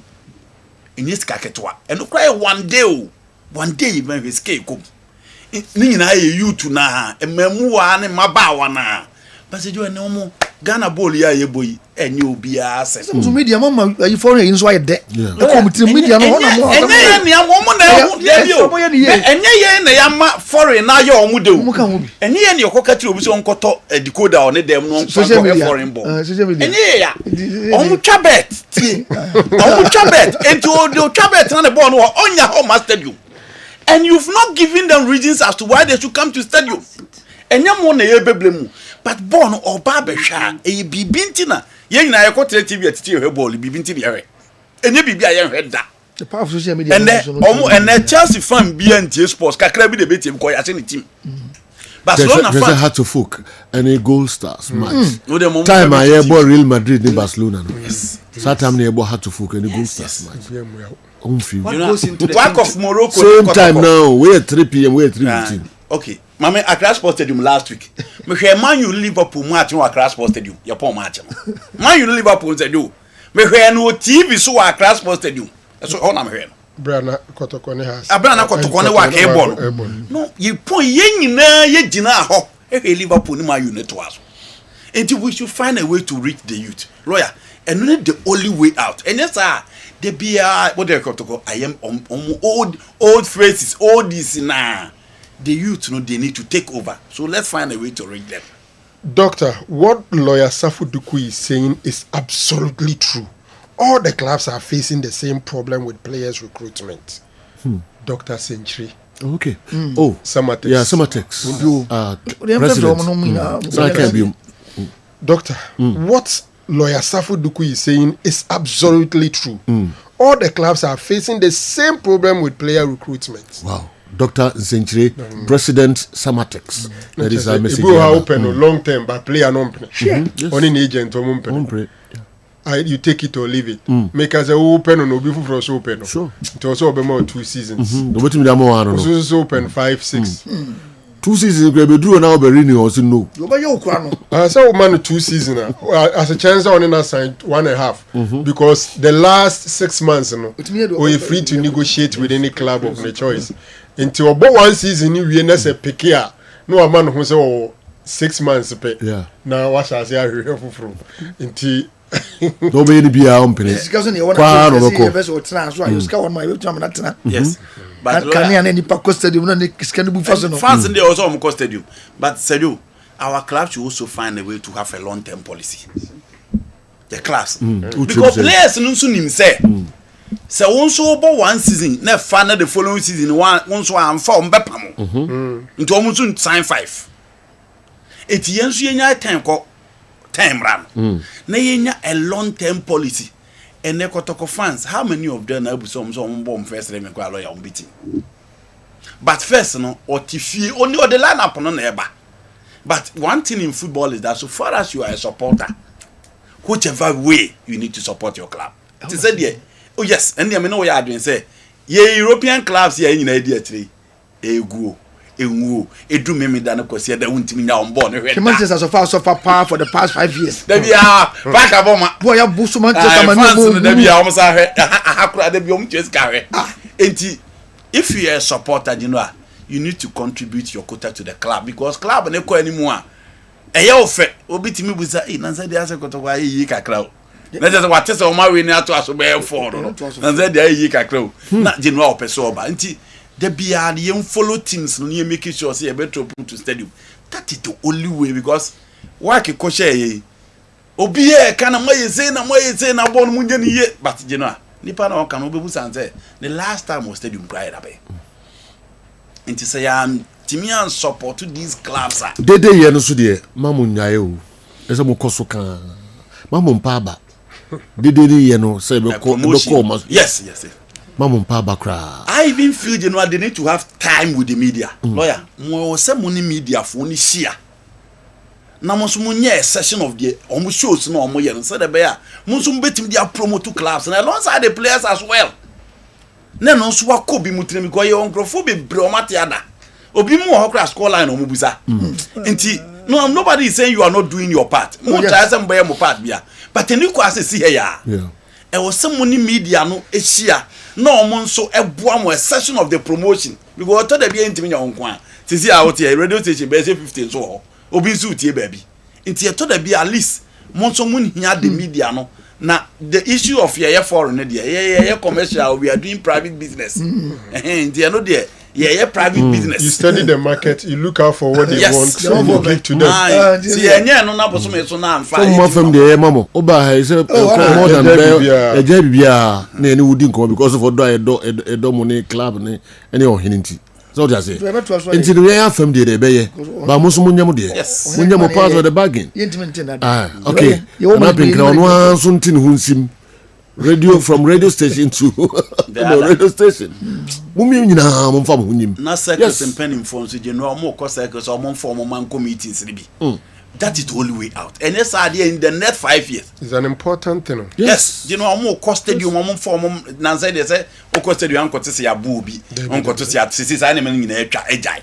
Into at least penning for no more stadium or more form mamra or more committees or more for supporters here dom di echi ben obi akobu support kuno oh baby Jimmy can do what you say say can you supporters no eji stadium nyina fa no a wu ni wan say ko support me say me won ade kuno sebi indeed baby asem no do Ghanaian clubs will continue to suffer with their money and where the money will come from is a huge problem. I agree totally. Funds need to be there no matter what. Kwame Walcott, Redford, UK, and anyway, Abba. Yes, you know. I say fans no the fans need to be the there. better no mako. WAC has rewarded their players $6,000 so who group stage in the for beating Krobia and $400,000 guarantees. Who call group stage na Kotoko you work free ka $400,000 guaranteed. There was a Chamuka Crema players on $6,000 and canon. Yeah. Balo work match with the name okay. Okay. People are fed up with the look out. Kumasi can crop over here. But do you have to wait for such match in Kwanzaa? Stadium.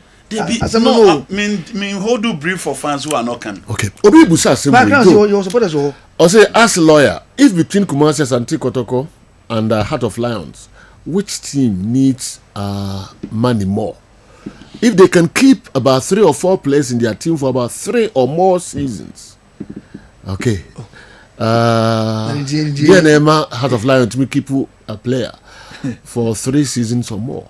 Now Kotoko has struggled to keep players for more than 2 seasons. You know, and American. Aziz Obako to go. About 5 seasons will be chim. Francis Aquano free be chim back Kotoko. About 4 seasons will be chim. Heart of Lions. Ebenezer Abba has been at Heart of Lions for 4 good seasons. Okay. Ishmaelado Heart of Lions on Midfield and now Obed down and be brain. About 3 seasons. Until there should be a pressure benefit of Bushon was a bit of war. The platform is huge. Platform is different. The brain at Bichim, Ibikro, a fan and football. No. S30. Into which may develop 5 years. Obedu level na so a Kotoko level has level. Oh, na something starting. We do level or commercialize it. Ne jumana o yen. Yeah. And you na dwini nyina iska. So do say level a Kotoko a peno has a peno a free say na. That time was sua jumano obichim. Was sua jumano Heart of Lions ni relatively smaller club. Yeah. Abedu that level. And what you be Kotoko na boni ye. It is what Timmy Sabe Bono Boni year, fed or hot market. Yeah. The Heart of Lions, may yes, sure say offer free Libya and Egypt are benting or that's what you want. Say offer a corner who or Heart of Lions for now crown and Kebeton. What you say? It is common you didn't want your careful. I say who advocate for wholesale, but I think there should be a plan. Yeah. That is all. There should be a plan. If you are Kotoko, your first 2 seasons or 3 seasons, your management there, your concentration, you're developing players and trying to sell and make money. It mean, baby, I'm a say Osbeck from Germany. Invite and I saw it say, so Omupe Lamte, Peter Amidu, Peter Amidu Aqua, Omra for trials. Kotoko so man say wow. No, I still have the invite on my phone. Okay. German team Osbeck. I say Ope Peter me that I know some trials. Kotoko Kraman embassy embassy interview no. Debbie. And this is the boy who was 19 years. Who can easily be replaced at that time 2 seasons ago in the first season. Who from supporters? General. I say we are bold. Now can me policy near. Especially that time Peter Amidu. Peter no best 16. Peter Kotoko no 15 years not the back. There be someone and 15. Someone and Peter how was his age? Peter I think is 19 thereabout. So our policy. Now policy and they say such kind of players we are developing them to sell. Because look, Kotoko youth team how it's connected to the senior team, how they are promoting players from the youth team to the senior team, and how they are giving them training sessions, exposure, and even playing time at the senior team. Because it should be possible that this week you are picking 3 players free. Who may identify? You say it was some of them. I'm not speaking to you alone. What them I mean in Ghana identify on this TV. I'm thinking say, Ebia among the youth team no, we think that this is Kobe Menu, this is McTominay, this is we into Omono. Week we community senior team no may training kakra no mzako week we the way come match ni bi match we share at the 70th minute we are leading by 3-0. We think we can give these boys some 2 chances. No one exposing no. Then next season uncle loan wa players no ye share that develop or prepare or ton. But say na say biba na ya ton you don't have plan. So they should have plan, proper plan, and operate within their plan. And only there's a now communicating walla obianim where you are heading towards. Otherwise, chaos no be but look, situation akotoko wom no trust you me the best way for them now is so move try some players make money and sustain the project. Sure. And they should be look Ghana club will be as no I mean FA for being common. Ekrofono di can decide scan by Kruma. Anan komu people recommended 2 players they rejected them. And no BRP sa deal no the attorney player. Yeah. And ne Kotoko has Heart of Lions any team unya players on tona obejubility because league no mu nyina da no unya sika free gate sponsorship money ban so to be a team papa so betima titibi na ko timaton me sure say Dr. Century is listening to me oko Africa ba ya unya dauda ne kayekamo etimiton mo no maybe sustain them say nyame ya na dom no nya 2-3 bi aton wa they will be in business. But the thing is that you should have a plan, communicate your plan, and operate within the plan. I agree with Andy Kem. We should try and create a new generation of supporters. And the target should be the youth. Sir, I'm in my 20s, and my mates do not fathom why I don't support any European team. But I only support Kumasi Asante Kotoko, right or wrong. I stand by the team. Okay, the Obidi Abba, I don't know. Andy Kem, SA. And the dairy, sorry. The youth of today are interested in betting, not supporting. Whenever there is a Champions League match, just go round and see things for yourself. When there is a Champions League game. You're interested in betting but not supporting.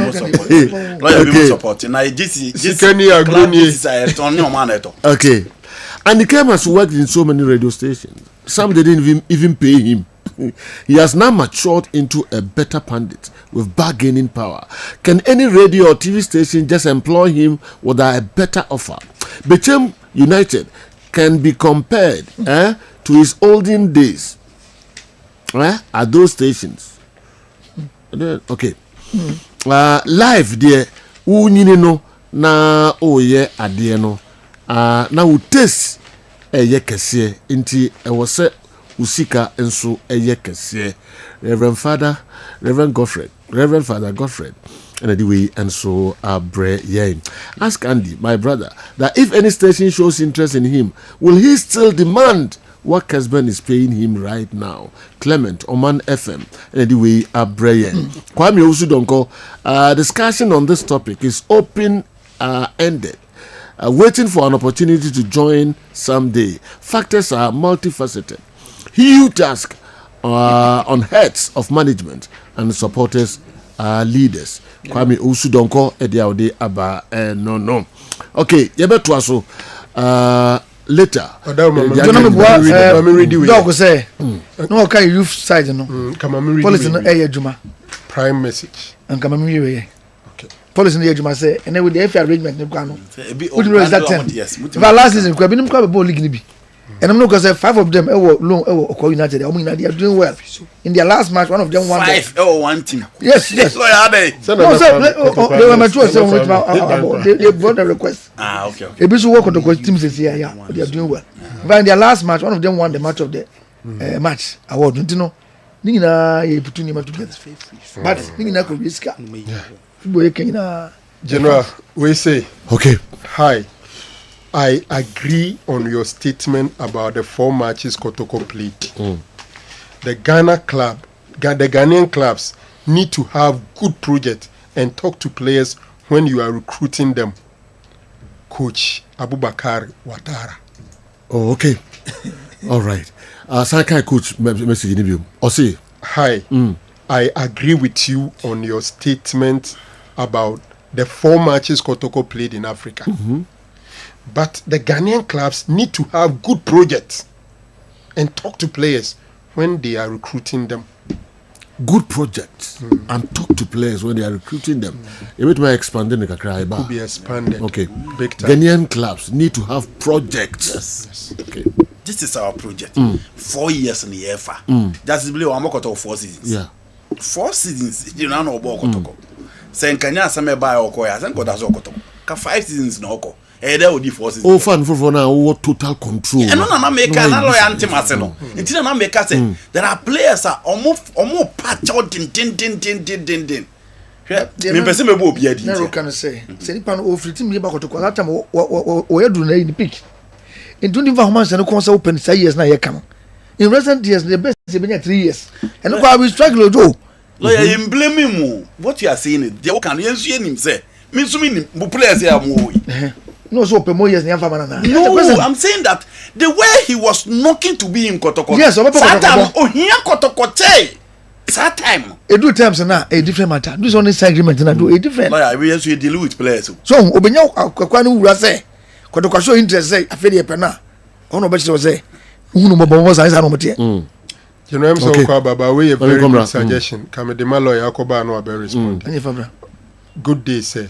Please tell lawyer they should use at least 30 to 50,000 to replace Albert, and spread the remaining on players' contract extension to keep at least some key players at the club. Ibrahim Bakayoko, page number 2.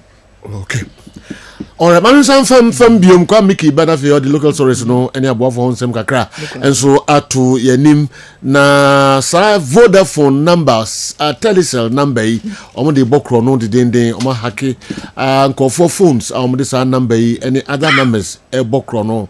Ndi misre wo ho na unya WhatsApp message bi se senini sika ne den ani pa ko bia unnim no pa.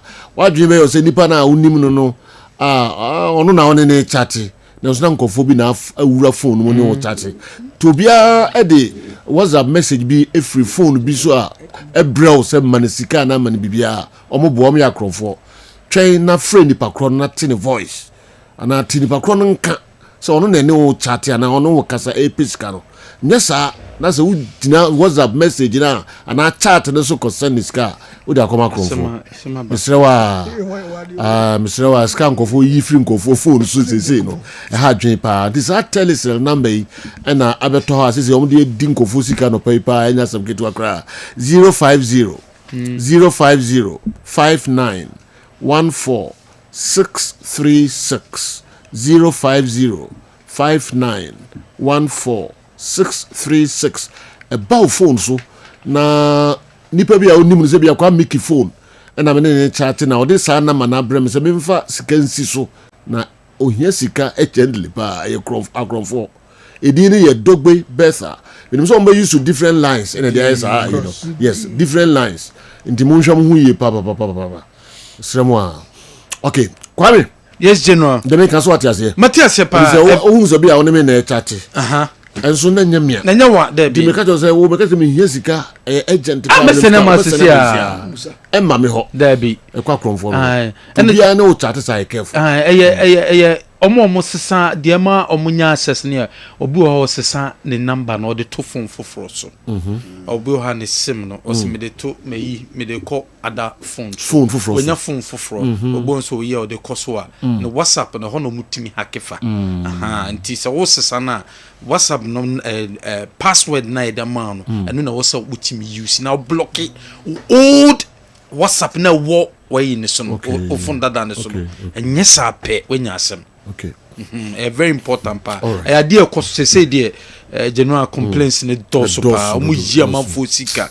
Tell me to na say do from me yan schedule. I'll send it to you. Nti am blame more or more victims no because of so you two-step verification. Two-step this is very important pa.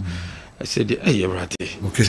I MTN Mesumesaka promo no e koso den and it is sending so na use MTN Momo app no MTN Momo app no and the use fa send the sika we use MTN Momo app na e de send the sika e safe and e reliable obi ntimi enwia usika usika ne ntimi nkodi obi ho because of inshisia my Momo app no e de maw menu see *170# no there be kowanim na use MTN my Momo app no na fa send usika eno anye sika nkwa na betimi de asende nyama bebre wa betimi e de aye oye payment no na we money transfers oye bank to wallet transactions saving loans investment pensions POS transactions Momo transactions na we ni nyina wo MTN so eno ti send so wo omo che sika so wo send sika through MTN Momo app na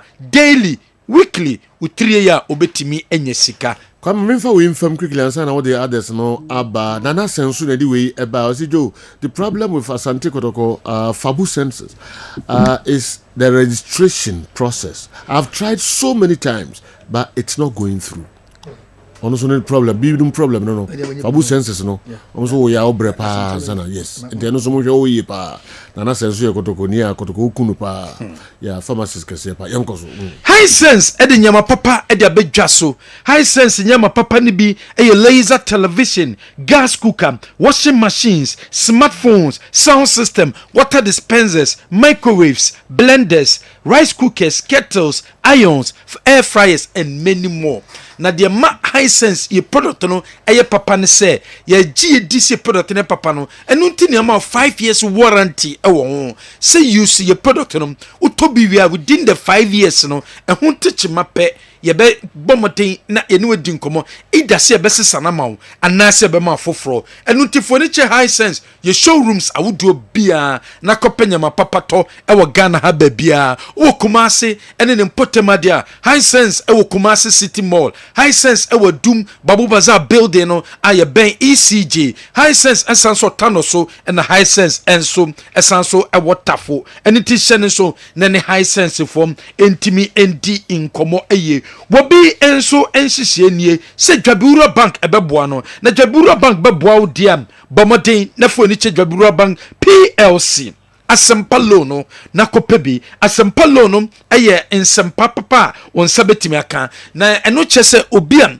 wo ye djuma ewo Swame magazine anaso ye djuma wo Asafo Fitem obi a uton nyema spare parts ena woton wa ofie ena ton spare parts no bomode so bokoko hwe Dwabura Bank PLC no maboa clothing and textiles adjuma na wo ye wo kranyema free amano ne edeba na so beto mrebi na sikasem aye problem fa kohwehwe anase kohwe Dwabura Bank PLC na wo mo emboa ye be ma loan na de wura adwuma num business bia wo ye bia no ehia so nya loan wey loan ye de ma we no collateral no commitment fee no hidden charges application letter pe na de beba instantly na wonsa etimi akan loan ye de batampa loan scheme no enso aba eno so beboa ye nnuanom ma mu ye dwuma wo jom shops awodom mu ye dwuma ho ye yire no ma mu ye dwuma ho opportunity aba edema so batampa loan scheme no obetimi du hu ewura mu bi na so etimi enya loan na wodi aye dwuma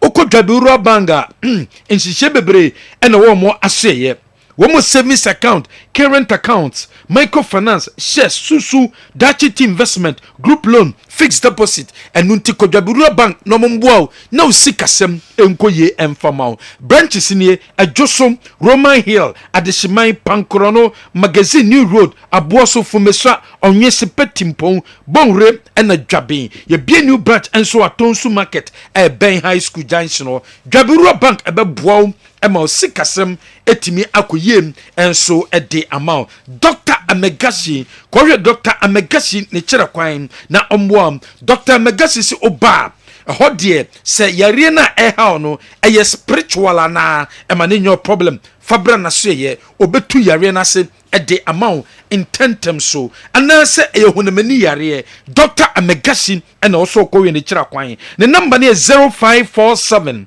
044 307 0547 044 307 Kumasi or Macro Waben Police House in Krenwo Kaswa Takrade or Power Bain a year government hospital no Bogoso or Power Line Techima or Hensuya and a Kofodia or Kofodia Tech in Chawope will be arthritis how hypertension or stroke and nase heart problem now war in Pomogudiano and a 1 year dear and nase what could deep Pomogudiano and what to many yari edia film affected Obemano and ma Bemanum and Timmy and Yekes and nase when you're gonorrhea when you're syphilis Bomodane na koshe Dr. Amegashi ne chira kwa ne number no 0544 580 936 ofeno number we so a wabejo so na nkomo bi obia no wani wo ensu edin Max buy wo me adwumaku a se se o maba na sɛ dwumakuo yi wɔn se wɔn nyɛma no ɛyɛ papapa na nso wɔn mo opportunity amotimi nyɛ wɔn nyɛma no bi opɛ Infinix phones a wɔn atete so kɔ na kɔpɛ bi Infinix Hot 50 ɛyɛ 1700 wɔn de gye 1450 Infinix Hot 50 Pro Plus ɛyɛ 2240 wɔn de gye 1900 Infinix Smart 9 HD na 1002 so wɔn de gye 930 Ghana cedis auto fridge auto AC auto television adibi abetom ɛwɔ Max Buy biano yɛbɛma free kettle ɛde aka ho Kumasi yɛwɔ dum yɛne Topman shoes ɛdi nhwɛ ne mu Kumasi yɛwɔ dum yɛne Malcolm di nhwɛ ne mu yɛsan so ɛwɔ PZ yɛne taxi rank no ɛdi nhwɛ ne mu yɛ number ne 0544 019552 0544 019552 Takrade yɛwɔ circle adjacent to post office no yɛwɔ market circle Cape Coast yɛwɔ Fantipim Junction Brekum yɛwɔ main bus station no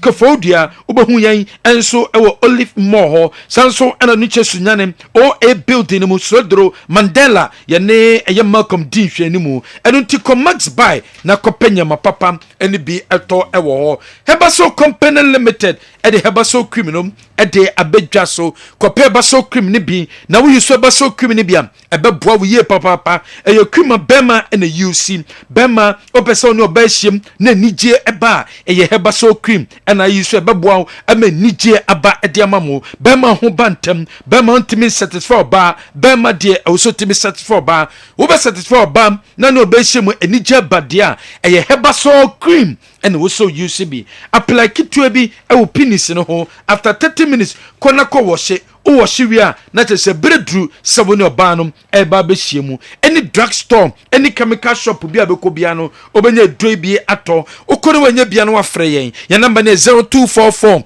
750510 the luckiest ɛyɛ star 712 hash ɛno ne short code no star 712 hash udale the luckiest short code no star 712 hash a ɛbɛma opportunity de ba man say obetimi enye sika de gu botom eno asa o to ticket man wa udale star 712 hash na we choose option 1 ɛbɛma kwan amoto ticket no ɛde ma ho uchusu option 2 a obeto ticket no ɛde ama obi ɛne ti hyɛ so na fa hura the luckiest no mu Ghana Herb wɔn de nhyehyɛ ba ɛwɔ ɛyɛ executive herbal hospital no ɛwɔ sepedote ahemfie free screening no ɛkɔ so dendenden o prostate no obetuma kɔ free scan o liver no obetuma kɔ free scan o kidney no obetuma kɔ free scan stomach no obetuma kɔ free scan womb no obetuma kɔ and then say obese utimi check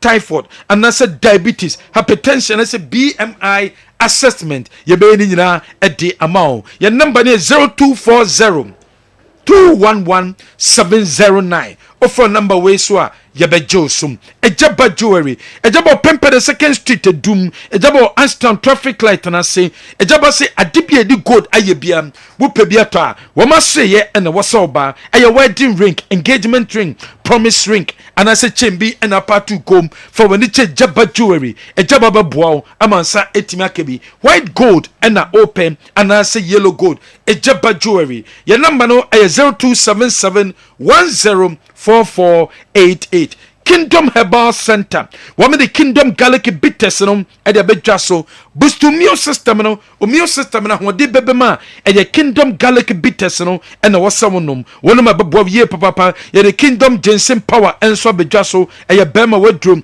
e de tremendous capsules enso aba wo ba siesie ho ye obesiesie ho ye dia eye tremendous capsules enum ene do a wuyi so a ebetimi aboa na obabesia wonso betimi esiesie ho ye epa yento asom ewa other stories a ye de eba ye be siasem e de fit the Black Queens of Ghana Black Queens ebo African Cup of Nations qualify WAFCON na WAFCON ni omukopie mu Egypt ekodi nkonim wo mo hye eye Egypt ekamiensa wo mantimi ante return leg no ebaba so chena Wakra Sports Stadium. And ram the Honorable Sports Minister, Honorable Kofi Idi Adams.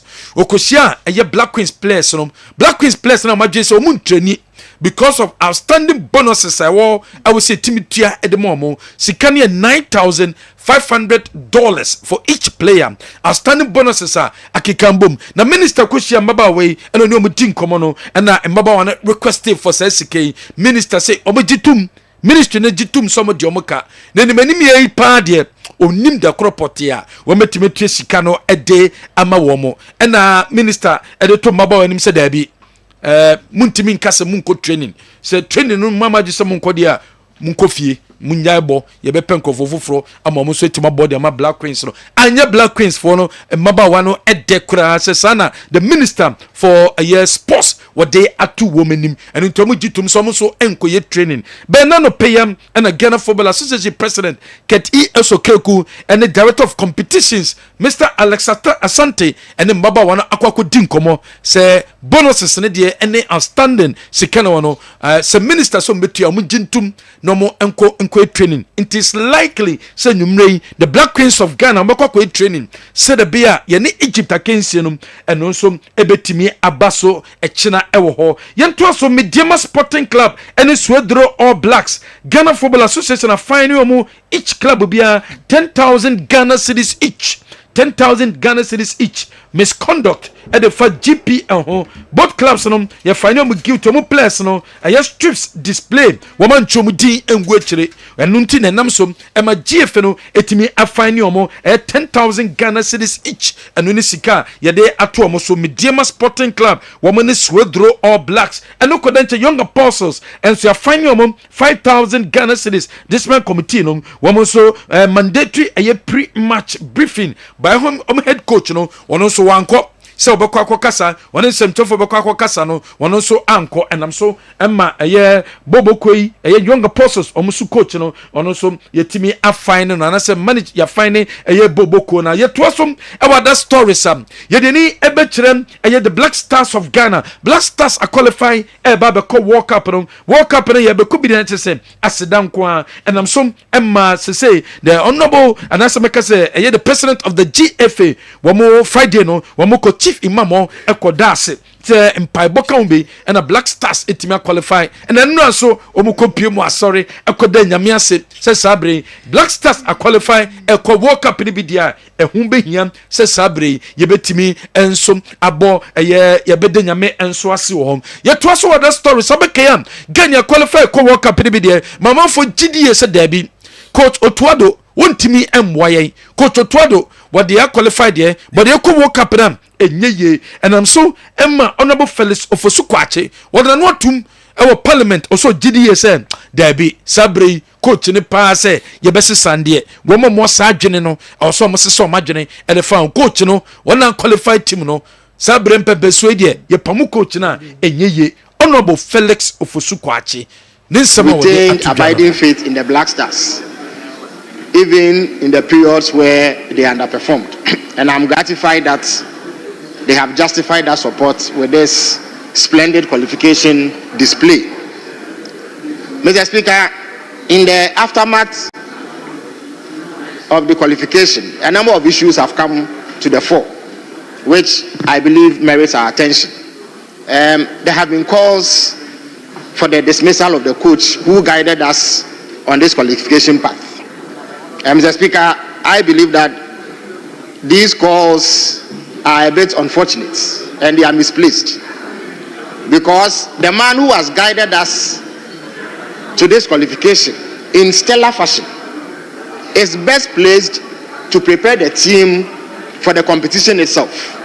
Because the way national teams work these days, there's hardly any time for the team to camp for an extensive period in order to hone their tactics and prepare for the competition itself. So it will be a tragic mistake to dismiss the coach and hire a new person who will have very little time to prepare the team. The competition is in about 7 months, but in between that period, the team will not be camping for more than 3 or 4 occasions. And that time is simply too short for any experimentation. The second issue is that there have been a flurry of requests by some Ghanaian players born overseas or who are playing overseas to be considered for selection. And many people have expressed outrage at these developments and demanded that only players who were available for the qualification series should be considered. Mr. Speaker, I call for some caution in the way that we approach this matter.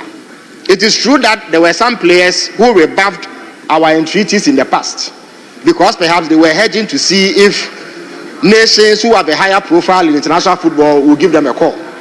Honorable Felix Obosu Kwachen Sama Wade Atujano Nientoso Awada stories Akwa Krasabo Kasweya Yusuf Abubakar said here wano and Hasbok supporters ina wada wamano omayinisono and Babe Hasbok supporters wamu chairman National Chapters Committee ye to abano and as I say waba ye ojene samba se obabe ye juma e de aboa Hasbok etima fan ntomapa enso efrauko nations FC Bobokono enso so ya wamo e match obobo over the weekend after game pepepe and then penny for Thomas and the head coach and the Emma Timono and an assistant coach Kasim Mingle and a year coach Johnson Smith and number 2 men himself Sabrede and Pempensone Druno wamo etwa a Jumedian Swa a momo twaswa a ye and nunti wamo edomase womunja Jumediano and Fanto and no end the copium na abra a year Bobo Kwa friend Nations FC wometimetin kunim our young apostle so wometimetin kunim our 11 wonders so womashomo by 3 goals to 2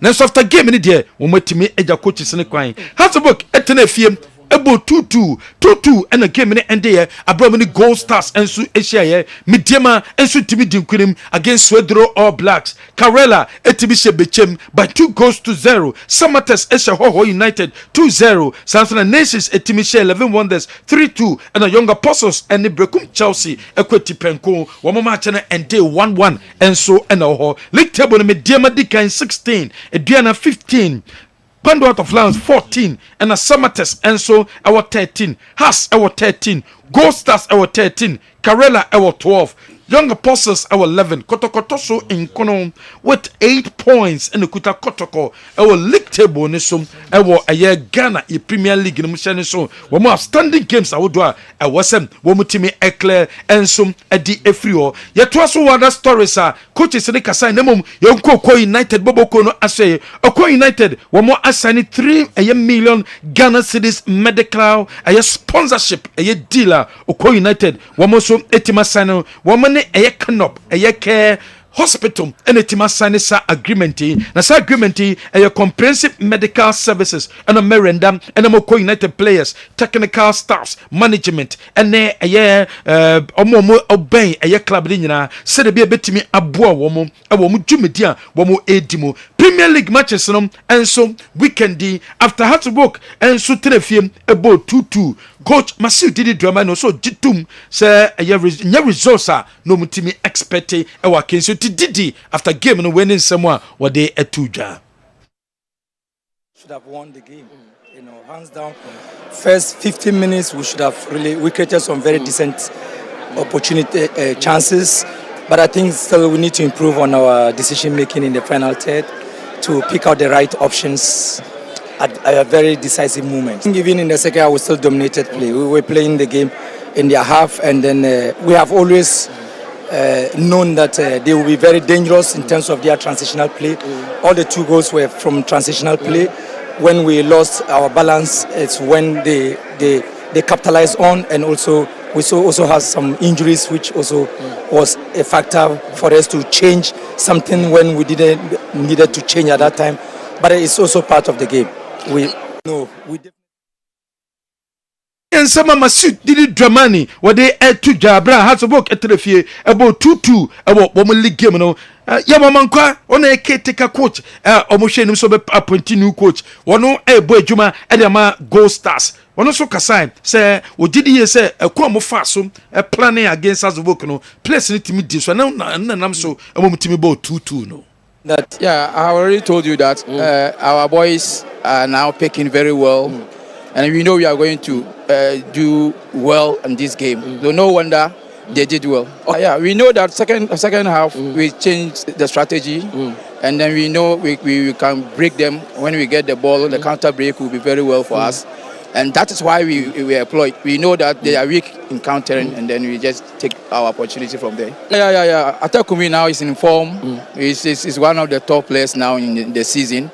I think he deserves a lot. He deserves a lot. He's now working very hard, and we are very grateful for him. And then he did very, very well. Yeah.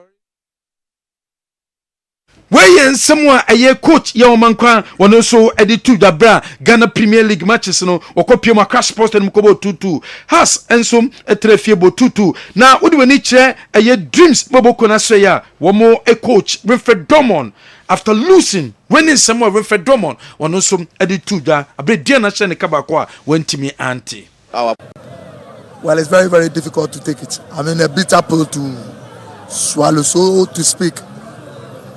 But a commendable performance from my last. I mean, from the first half, we kept the mid block and we got them with quick transition. But our last balls, in the final third, that killer instinct was not there. Then during the break, we did 1 or 2 adjustments. We kept the same shape, the same discipline, playing from zone 2 into zone 3. Okay, Adriana also came into the game. They had 1 or 2 pockets of chances. In fact, they hit the post. But we kept our belief. And, we kept pushing, really. You could see we also had 1 or 2 moments, but the killer instincts again in the last third is problematic. Then against the run of play, I mean, I don't go once again from Christian. Winfred Drummond, very, very well. Your friend, dreams. When you victory there and all this answer but Aristica also happy boys no ono mo kasasa kwambia so also mutimi dim kunim and mutimi dim kunim e dia club no. This is one good team, but I have 2 differences. The first 45 minutes the player is little afraid from not lose the game and is not give too much problem from the opponent. After I will change little tactic. I know have the problem. I know have the connection middle to attack. I put the CDB inside and our team starting play and put the pressure from the opponent. I am happy about again is listen our tactic again the player go discipline together working hard compact team and this is the Adwana star in this moment. I am happy from the result. Yes. Okay, right na share stories no enso emu kakra GPL matches. I know so so result a PP free mu ebae. Can lawyer give us their short, medium and long-term plans for Kumasi Asante Kotoko and also indicators for us to know there is hope for the future because some of us who trust them are down now. Utio Berima anyway free UK a crew and Abraham and all right, Meko Doctor Dawood and so Ashe Afankrato Kakra Aba. Remember to us. And we are not for the friend Dr. Dawood. Menamida Dawood about hospital ano. Na enna meso enna ne Dawood ointment. Dawood 360 capsules wodwa manswa enne obi adi hu adanse. Na do we edutwem Dawood ointment. Dawood ointment or say fetchi na ebeko ofa Dawood 360 capsules or cc na ade wom na drum yenu we e adwuma bom obi a osisi ye o yapa de obeye ne se o de Dawood ointment no etwitwe osisi na anopa ene anwumre a na nsa bia no na o de bia bo asawa obetimi de atua odware wi a fa Dawood ointment o de te ne fa sra ta bre kro na no na wonom Dawood 360 capsules no anopa ene anwumre na dance ye na ba amane o de enko na enko ti dance ni bi Dawood ointment edrowe be straighten and well done the toda me po djuma na me honam nyina me hu bibi enyi ba se minya sa Dawood ointment we na me twitwi a na no pa so minya Dawood 360 na me no mo a ese kwa le be ye adwuma kra se kane no te drowe de edima se mama no be di so asema mama electrician na ye adwuma ekofia yentimi na Dawood ointment so ye adwuma na obra okodru fia fa twitwi ade be che no na ho aye den Dawood ointment fa twi keke na ebeko drum yusu mama hode pa ma metimi gba adwuma bibia e kama e ma me Dawood 360 capsules and a Dawood ointment o me we no now the we no so twitwi wa aposo e be ma ya oni nyina afiri o ma de extra to be bodwuma Dawood ultimate fatwi na e be ko da bia amafo kompelu de wo ka musa akọ spreader me secret na nu ani e bibudo na ani Dawood ultimate ene papa me sole no pa me twitwi me sisi achi me babia he me ntebre secret ni nie ti so person ti samia we use Dawood ultimate. That's the secret of my taxi driving. Me a transmission gearbox specialist. Ejuma me ye. En kan na me pega dia, na me nsakura antimi pega. And I say me ma dia so na lock me sisi. Say if you say me share Dawood 360 capsules, and the Dawood ultimate.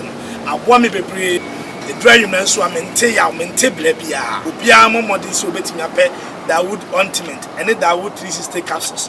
Enya bi ato. Odofo se watibi. Edro ya meka ho asem no. Eno ho adanse ene wono madi no. Ko pharmacy e ben wo.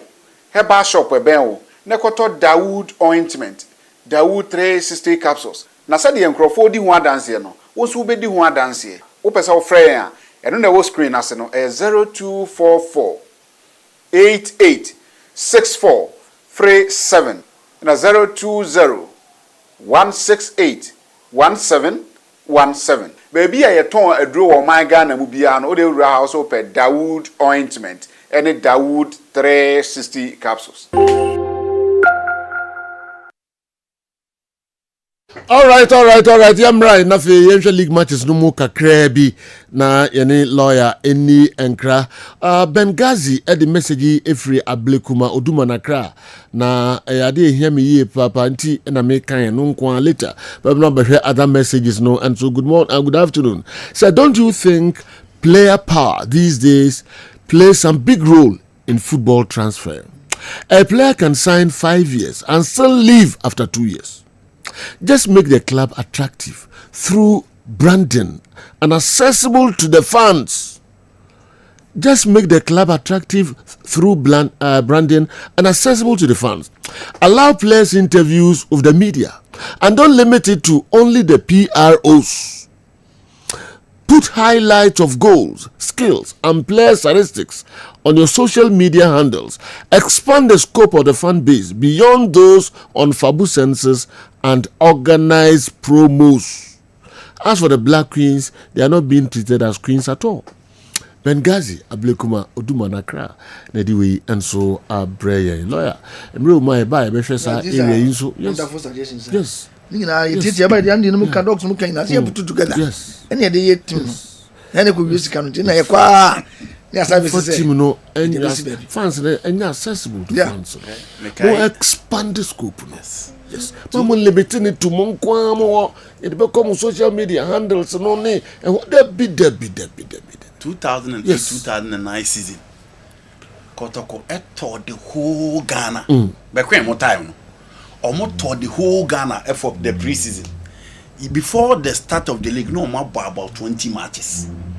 Enti omo good, omo ko mampon, omo ko sunyane, omo ko anti before I ever commence league no, na fans na nya the taste of the team. These are the players on board. We mo na babebo. Enti o see follow. And you know that's in Kotoko were just unplayable. Enti they need to start something different from the Omayan in recent times. And you matches no more cry. You know, House of Folk versus baby any Go Stars. Go Stars and so these days almost so House of Folk ba. Now has started very well. So we game na team a course na. But once again, you know, House of Folk attack you cannot rely on them. Maule by Binya 2 goals. Oshe Ham there is the opportunity pa unyaya or the ball not fan and how they defended about so was okay as a chance be a no play of his caliber but it was so technique no go straight away now to the ball the two at them because match is be saying here the G18 when your ball I bought to Boy, we a lot of people were blaming Benjamin Asare. On team in their own way. Of Facebook. Oh, yeah, Facebook. Yes, Facebook. On team in their own way. Get the position. On your case, as going to mean Chiboy. Inti Hamza Issa let House of Folk down, and you know, the position of House of Folk gradually or more ball match. The good thing for them is that when they started, they shape, omurani share ball no kwa wa edi pamia omurani share ball no be ball monzama game ni bio omurani share ball monzama video ni bio aha o de monpo so haya munyina rando okuta ball no nti se de hwe munyina ko do okuta ball mo haya 1 2 3 we yachi nti ede na stella 4 net is my out number mo so tactically adwuma e was defenders ni no maye and we say we are ahead of the other but at least or close no or press no play on yanko they no still are no but ose ono 2 how to folk players and we giant them oh and no make can say and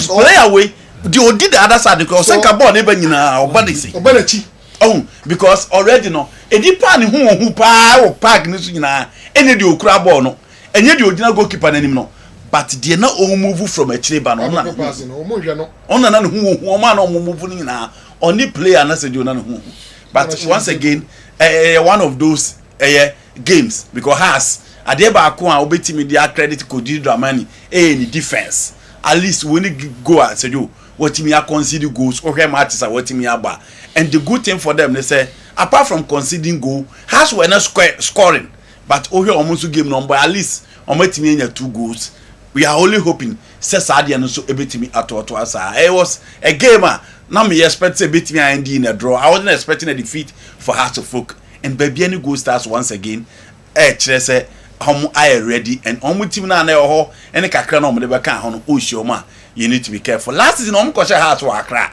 in the top 4 and 2-2 and I wish was and 2-2 abas em say was mo ye mo adwuma yie because go start for no nya de say almost tiada kra league no they want to win it and say do the consistent performance I'll be putting up and your venue be o kwa score line so open say oji league na baby to say Accra Sports Stadium say against Hearts of Folk your worst should be a draw so when Timmy and Shoma it should be a draw and Go Stars after coach Frimpong Manso no almost break Accra 2 games almost any results but say Joshua almost games or more bono at least almost any results media about Timmy winning by 1-0 against Swedru All Blacks. I'm told that Swedru All Blacks played very very well but unfortunately almost 80 lose and media man almost person almost maintain almost stance and media man team is all call na stretch almost na 1-0 say also more debo aswani All Blacks near very good scoreline last week against Basake Holy Stars na you hope say better also but unfortunately Ntimi anto aso media man etimi win by 1-0 Adriana Stars said you almost so gradually omo very quiet but almost so kakra almost so performing say people should watch out for them so far kotokona Ntimi MI Heart of Lions almost so tonight almost gusu asa na ehye nkrofo and general yedika kase bash team if you are talking about one of the consistent teams so far as the Ghana Premier League in your concern you are talking about Heart of Lions and we share 3 goals almost share over the weekend na almost say omomodebo no eswen Nations FC so do say coach Kazim Mengele Pamidi as in sheda nye news bia I'm told say after the game na omushia mpenimfo inti penifo na de to o manim so o hwe their results na ekona emwa lawyer the one that was with is ade come to do papa Smith eko oh say omubusa I'm told so omubusa coach Kase Mengele say omo pese omo de new coach eba odwene ho say o say no problem any say no putun bad no person omo person omo na party ways and omubusa coach Johnson Smith so not the main coach na kan ono so ne hwe ka nti a nation there from last season so no assistant one dey ko one dey never okay coach Beto no okay coach Beto no hoda e bia ono so lawyer e ho pressure e ho ne pressure ketwa o neti do pressure e ho ne pressure ketwa and unim say Ghana Premier League clubs no e bi mu so chebi ba bia pressure wo ho pressure but I know say Smith is one of Dr. Chase trusted he from Kotoko days was by I'm a bit surprised. He's a good coach. He's a good coach. Well, you can see na Abbas. Monyamo NCC chairman. Yes. I like. Yes. And say the DK be kan fi an no an be mu no. Say NCC na ye no. Supporters leaders ni nim say the nipa bi eba ebetimi aboa. Ampa ye koye say team no any team dominate ya na Yusuf Abubakar waba be ye NCC chairman. Ya je say ne executives no so no obia no ewe ni position e ma niam etimi koso ye. Me so ma be national deputy organizer. Hey sir. Okay. National deputy organizer. Oh okay. One ton nwa kwa. David obi akra context me ko on the post. Oh, okay. On the post. National deputy organizer. Yeah. Post no so. Because am post no so. Yes. How the tie keten kra da ka chama. Lawyer say na jo kasam yi. Oje. Lawyer so kasam na yi. David. Asem esie ni e ka de ensi ni enka. Anything nko ya onfa. Asem de esie ni e ka. Okay. De ensi ye enka because ya wa ya no so kra ko Morocco. So kasa yi. Wan kasa yi. So ko Morocco kasa yi. Paso amani yi. Mabe ko bosi. Dabi wala so lo no ko fa ba. Osi ya mi kasa na so ko Morocco so kasa yi. Osi work you overhyped. Like osi work ko no kasa yi kama. Oba ya be there. Oba nyano na yo okay ne no na be contest. O ja na keep dia we oko de ekoso wa. O overhyped. So ko dia. So umu abam. Na first leg no. Nani mamu ye. First leg nani mamu ye pa. Ba say the o to mami mi tema okona ko no. Ba say omu overhyped. Okay. Omu overhyped that omu. Ene okona ko we ne de. Esi amani pa nyina wo say. Ko for no we well organized. Ndomu overhyped. Omu ye well resourced.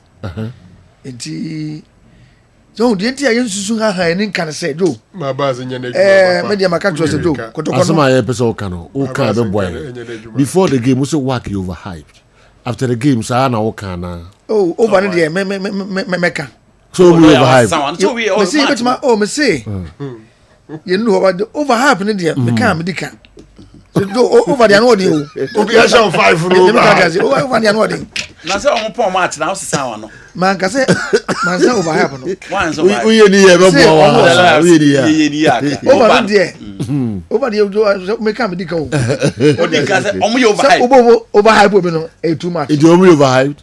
Oh, yes, they are overhyped. We need cap Champions League 2021. We can hype them. Okay. But we can't overhype them. Abbas. We can hype them. Uncle wake up and get you last year 2 hours overhyped. Get you last year 2 hours. I was saying. What does it? Abbas. Yeah, can you know see no? It is an kwesi and kwesi boko no so your boy. You bo tutu.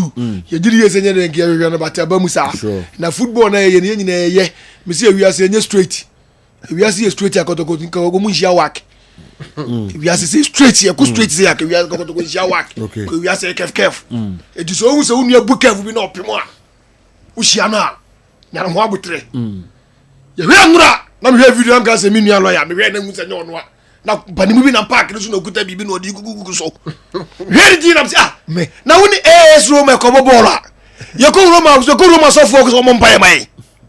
Donc la zone passé on est AS Roma e ko ball na uko Roma father hoso mo pa yema ebe na yie did na okaza na akoyikuta ade bi no digu park ne so no otugu park ne so and otugu park no na work for padin back back masa krom ade by na nya yie emze ko to kwasa coach mi wo video no o want to be back to be so what just say one nsa ekuta no ade digu park no de ko de we say siboni bi e chena mo de mu ne no mi wo video no me ama obi a comfort to the park so on free park ni so what siboni bi e chena mo no siboni bi e chena mo no wo adura Morocco da de ko wo adura Morocco ena me busa say se woni AS Roma ko ball la ko Roma father hoso mo mpaye ma ebe na yeye ebe na yeye basa wa ko aba se bi e ner jo ya ba no ya ba to the ba mba dey oh unje okay la be o so fo anu sie ya ba no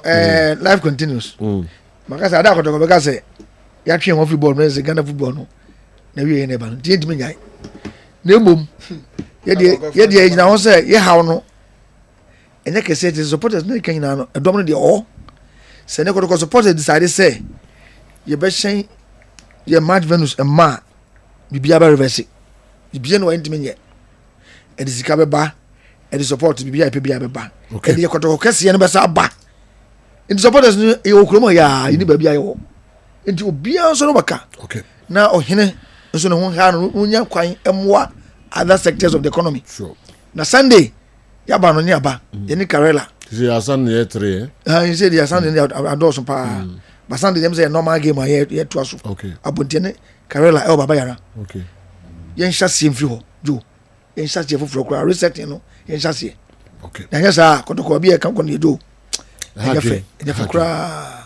the focus should still be on the FA Cup. Kumasi Asante Kotoko should remain focused with a plan. They will qualify to the group stage hopefully next season. They need Africa badly to revive the club. Atu Kokobin Nediwe and so Abreye. Champions League, say a hard level was through. Sila no Kotoko level no yeah. Cup Conference Cup na Kankra. Normal fan revival club no nya Kotoko kwa Ghana clubs no crowd say level no yeah level na muri asosa ya 3-3 we go side who was na you was so yeah they go side get no dey free mu who so says net but some just say go side get by me go get no dey free mu yes show ma 3 net work yes show ma 3 points one I said 3 net one say 3 points and I'm so go get 3 points why no one na say 3 points David me say 3-3 go aggregate no me elimination elimination there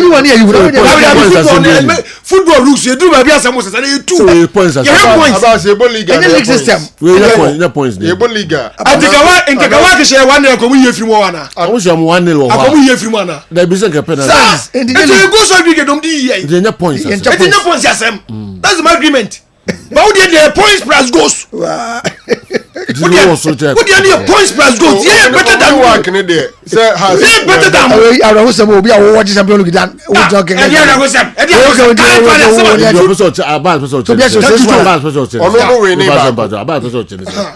Ono se wako ha 1-0 ono ko lose 6-1 away ene ko se ya aggregate no 6-2 ene ko se but Kotoko no lose wa ha 1-0 no ko lose 5 ewo Morocco aggregate here 6-1 and the 6-2 6-1 Heart perform better.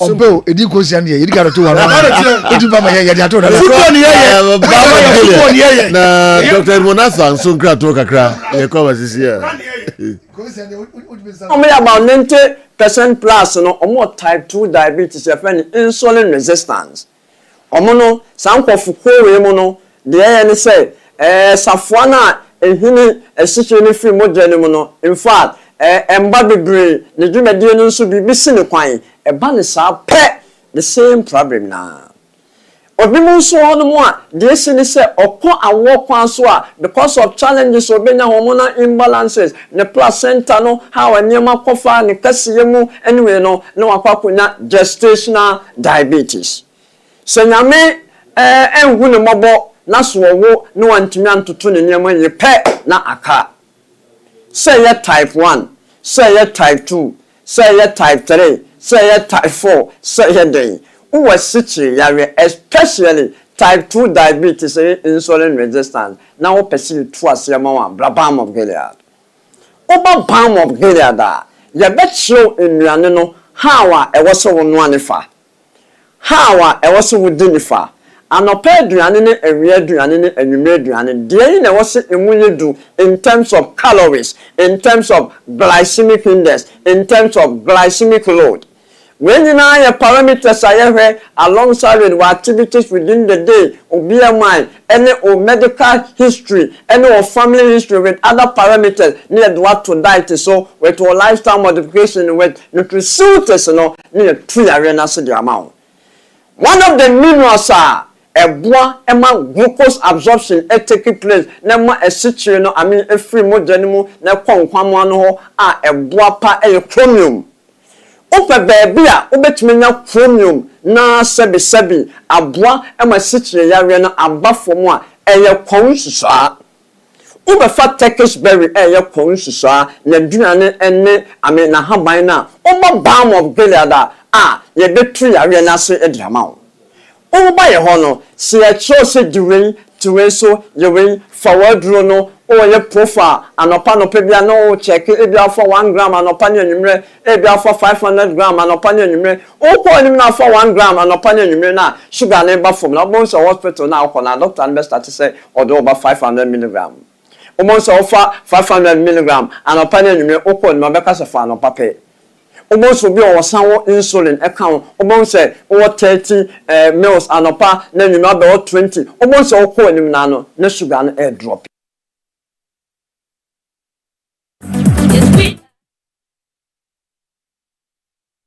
All right, Yansai Emrai na Yemfa program no Emre we ewa ha na into Jan birthday. Kofi into Jan. Ene Kofi birthday. Into Jan, you wish you happy birthday. Na Chabla du Kumo Kroma mkwaka no Yemen. Chabla du Kumo Kroma madano je yenya kuma kiebono. Sabato onya no nje. Na onya no nje Chabla du Kuma twa na utwa. Otwa na utwa. Otwa na utwa. Kofi into Jan. You wish you happy birthday. Why? Ye ni mama dia na se GF4 dia na. Oh, mintimi hu nto. Ebuso asemo se birthday we no. Eh dia hia do the ball na say wan kasa because no here ni football age na o chair ni first born be 5 years. No ni age ni chair ni first born. O here ni age na the ball na. And then the first born no chair ni be 5 o chair ni first born be 5 years. What is you say? Atwade. Kofinto Dan o dey nyama no pay. O here no suru ni say dia pa o. Utwa picture na o here no suru ni say dia. Say untwa full picture. Untwa full picture yeah. Ni suru say dia kama. We picture o dia cho. Ifri ni sisi ho ba form ni dey. We kwa dia change. We no dey brave no pay. We na nto na nkasa ni. Ifri ni sisi ho ba dey ba form name say happy. Kofi, you also happy birthday. I mean can no be a five phone so. All right, you must send them more trust me na me adma. O chance for say sorry I don't know. Yeah, say African dey free mo. Okay. The bema baby an okoya ba. You go so na em fan say kotoko ye dia no jo. Yiri bibia ye sam peja kotoko no. Na kotoko jina national supporters ni touch da. Eni betimi compete sa yi bi mo jo. Ye person na se be sa ka asem kro ya. Indian chase ne say next match on Sunday no. A domino emra na oba wi aso obi an otumi kan bi. Mo fa plans, mo projects, mo fa nyina no emra meto so. Ni nyina beba. No pressing need for games nko. Ya ko bo match, mo record that be 3 points. Oh ni nyina beba. Mo yenko yanim. So just say na fabu senses no ne kwan amanfo be fa so mbe ka ho ne mo plans ahodo for club no mo project. Ye hu ni nyina mfa to kwan. Na wo ye den amanfo be ba ha be so to club no. Wonso mo jadi ni. Ni ba ya. Sa de ye ne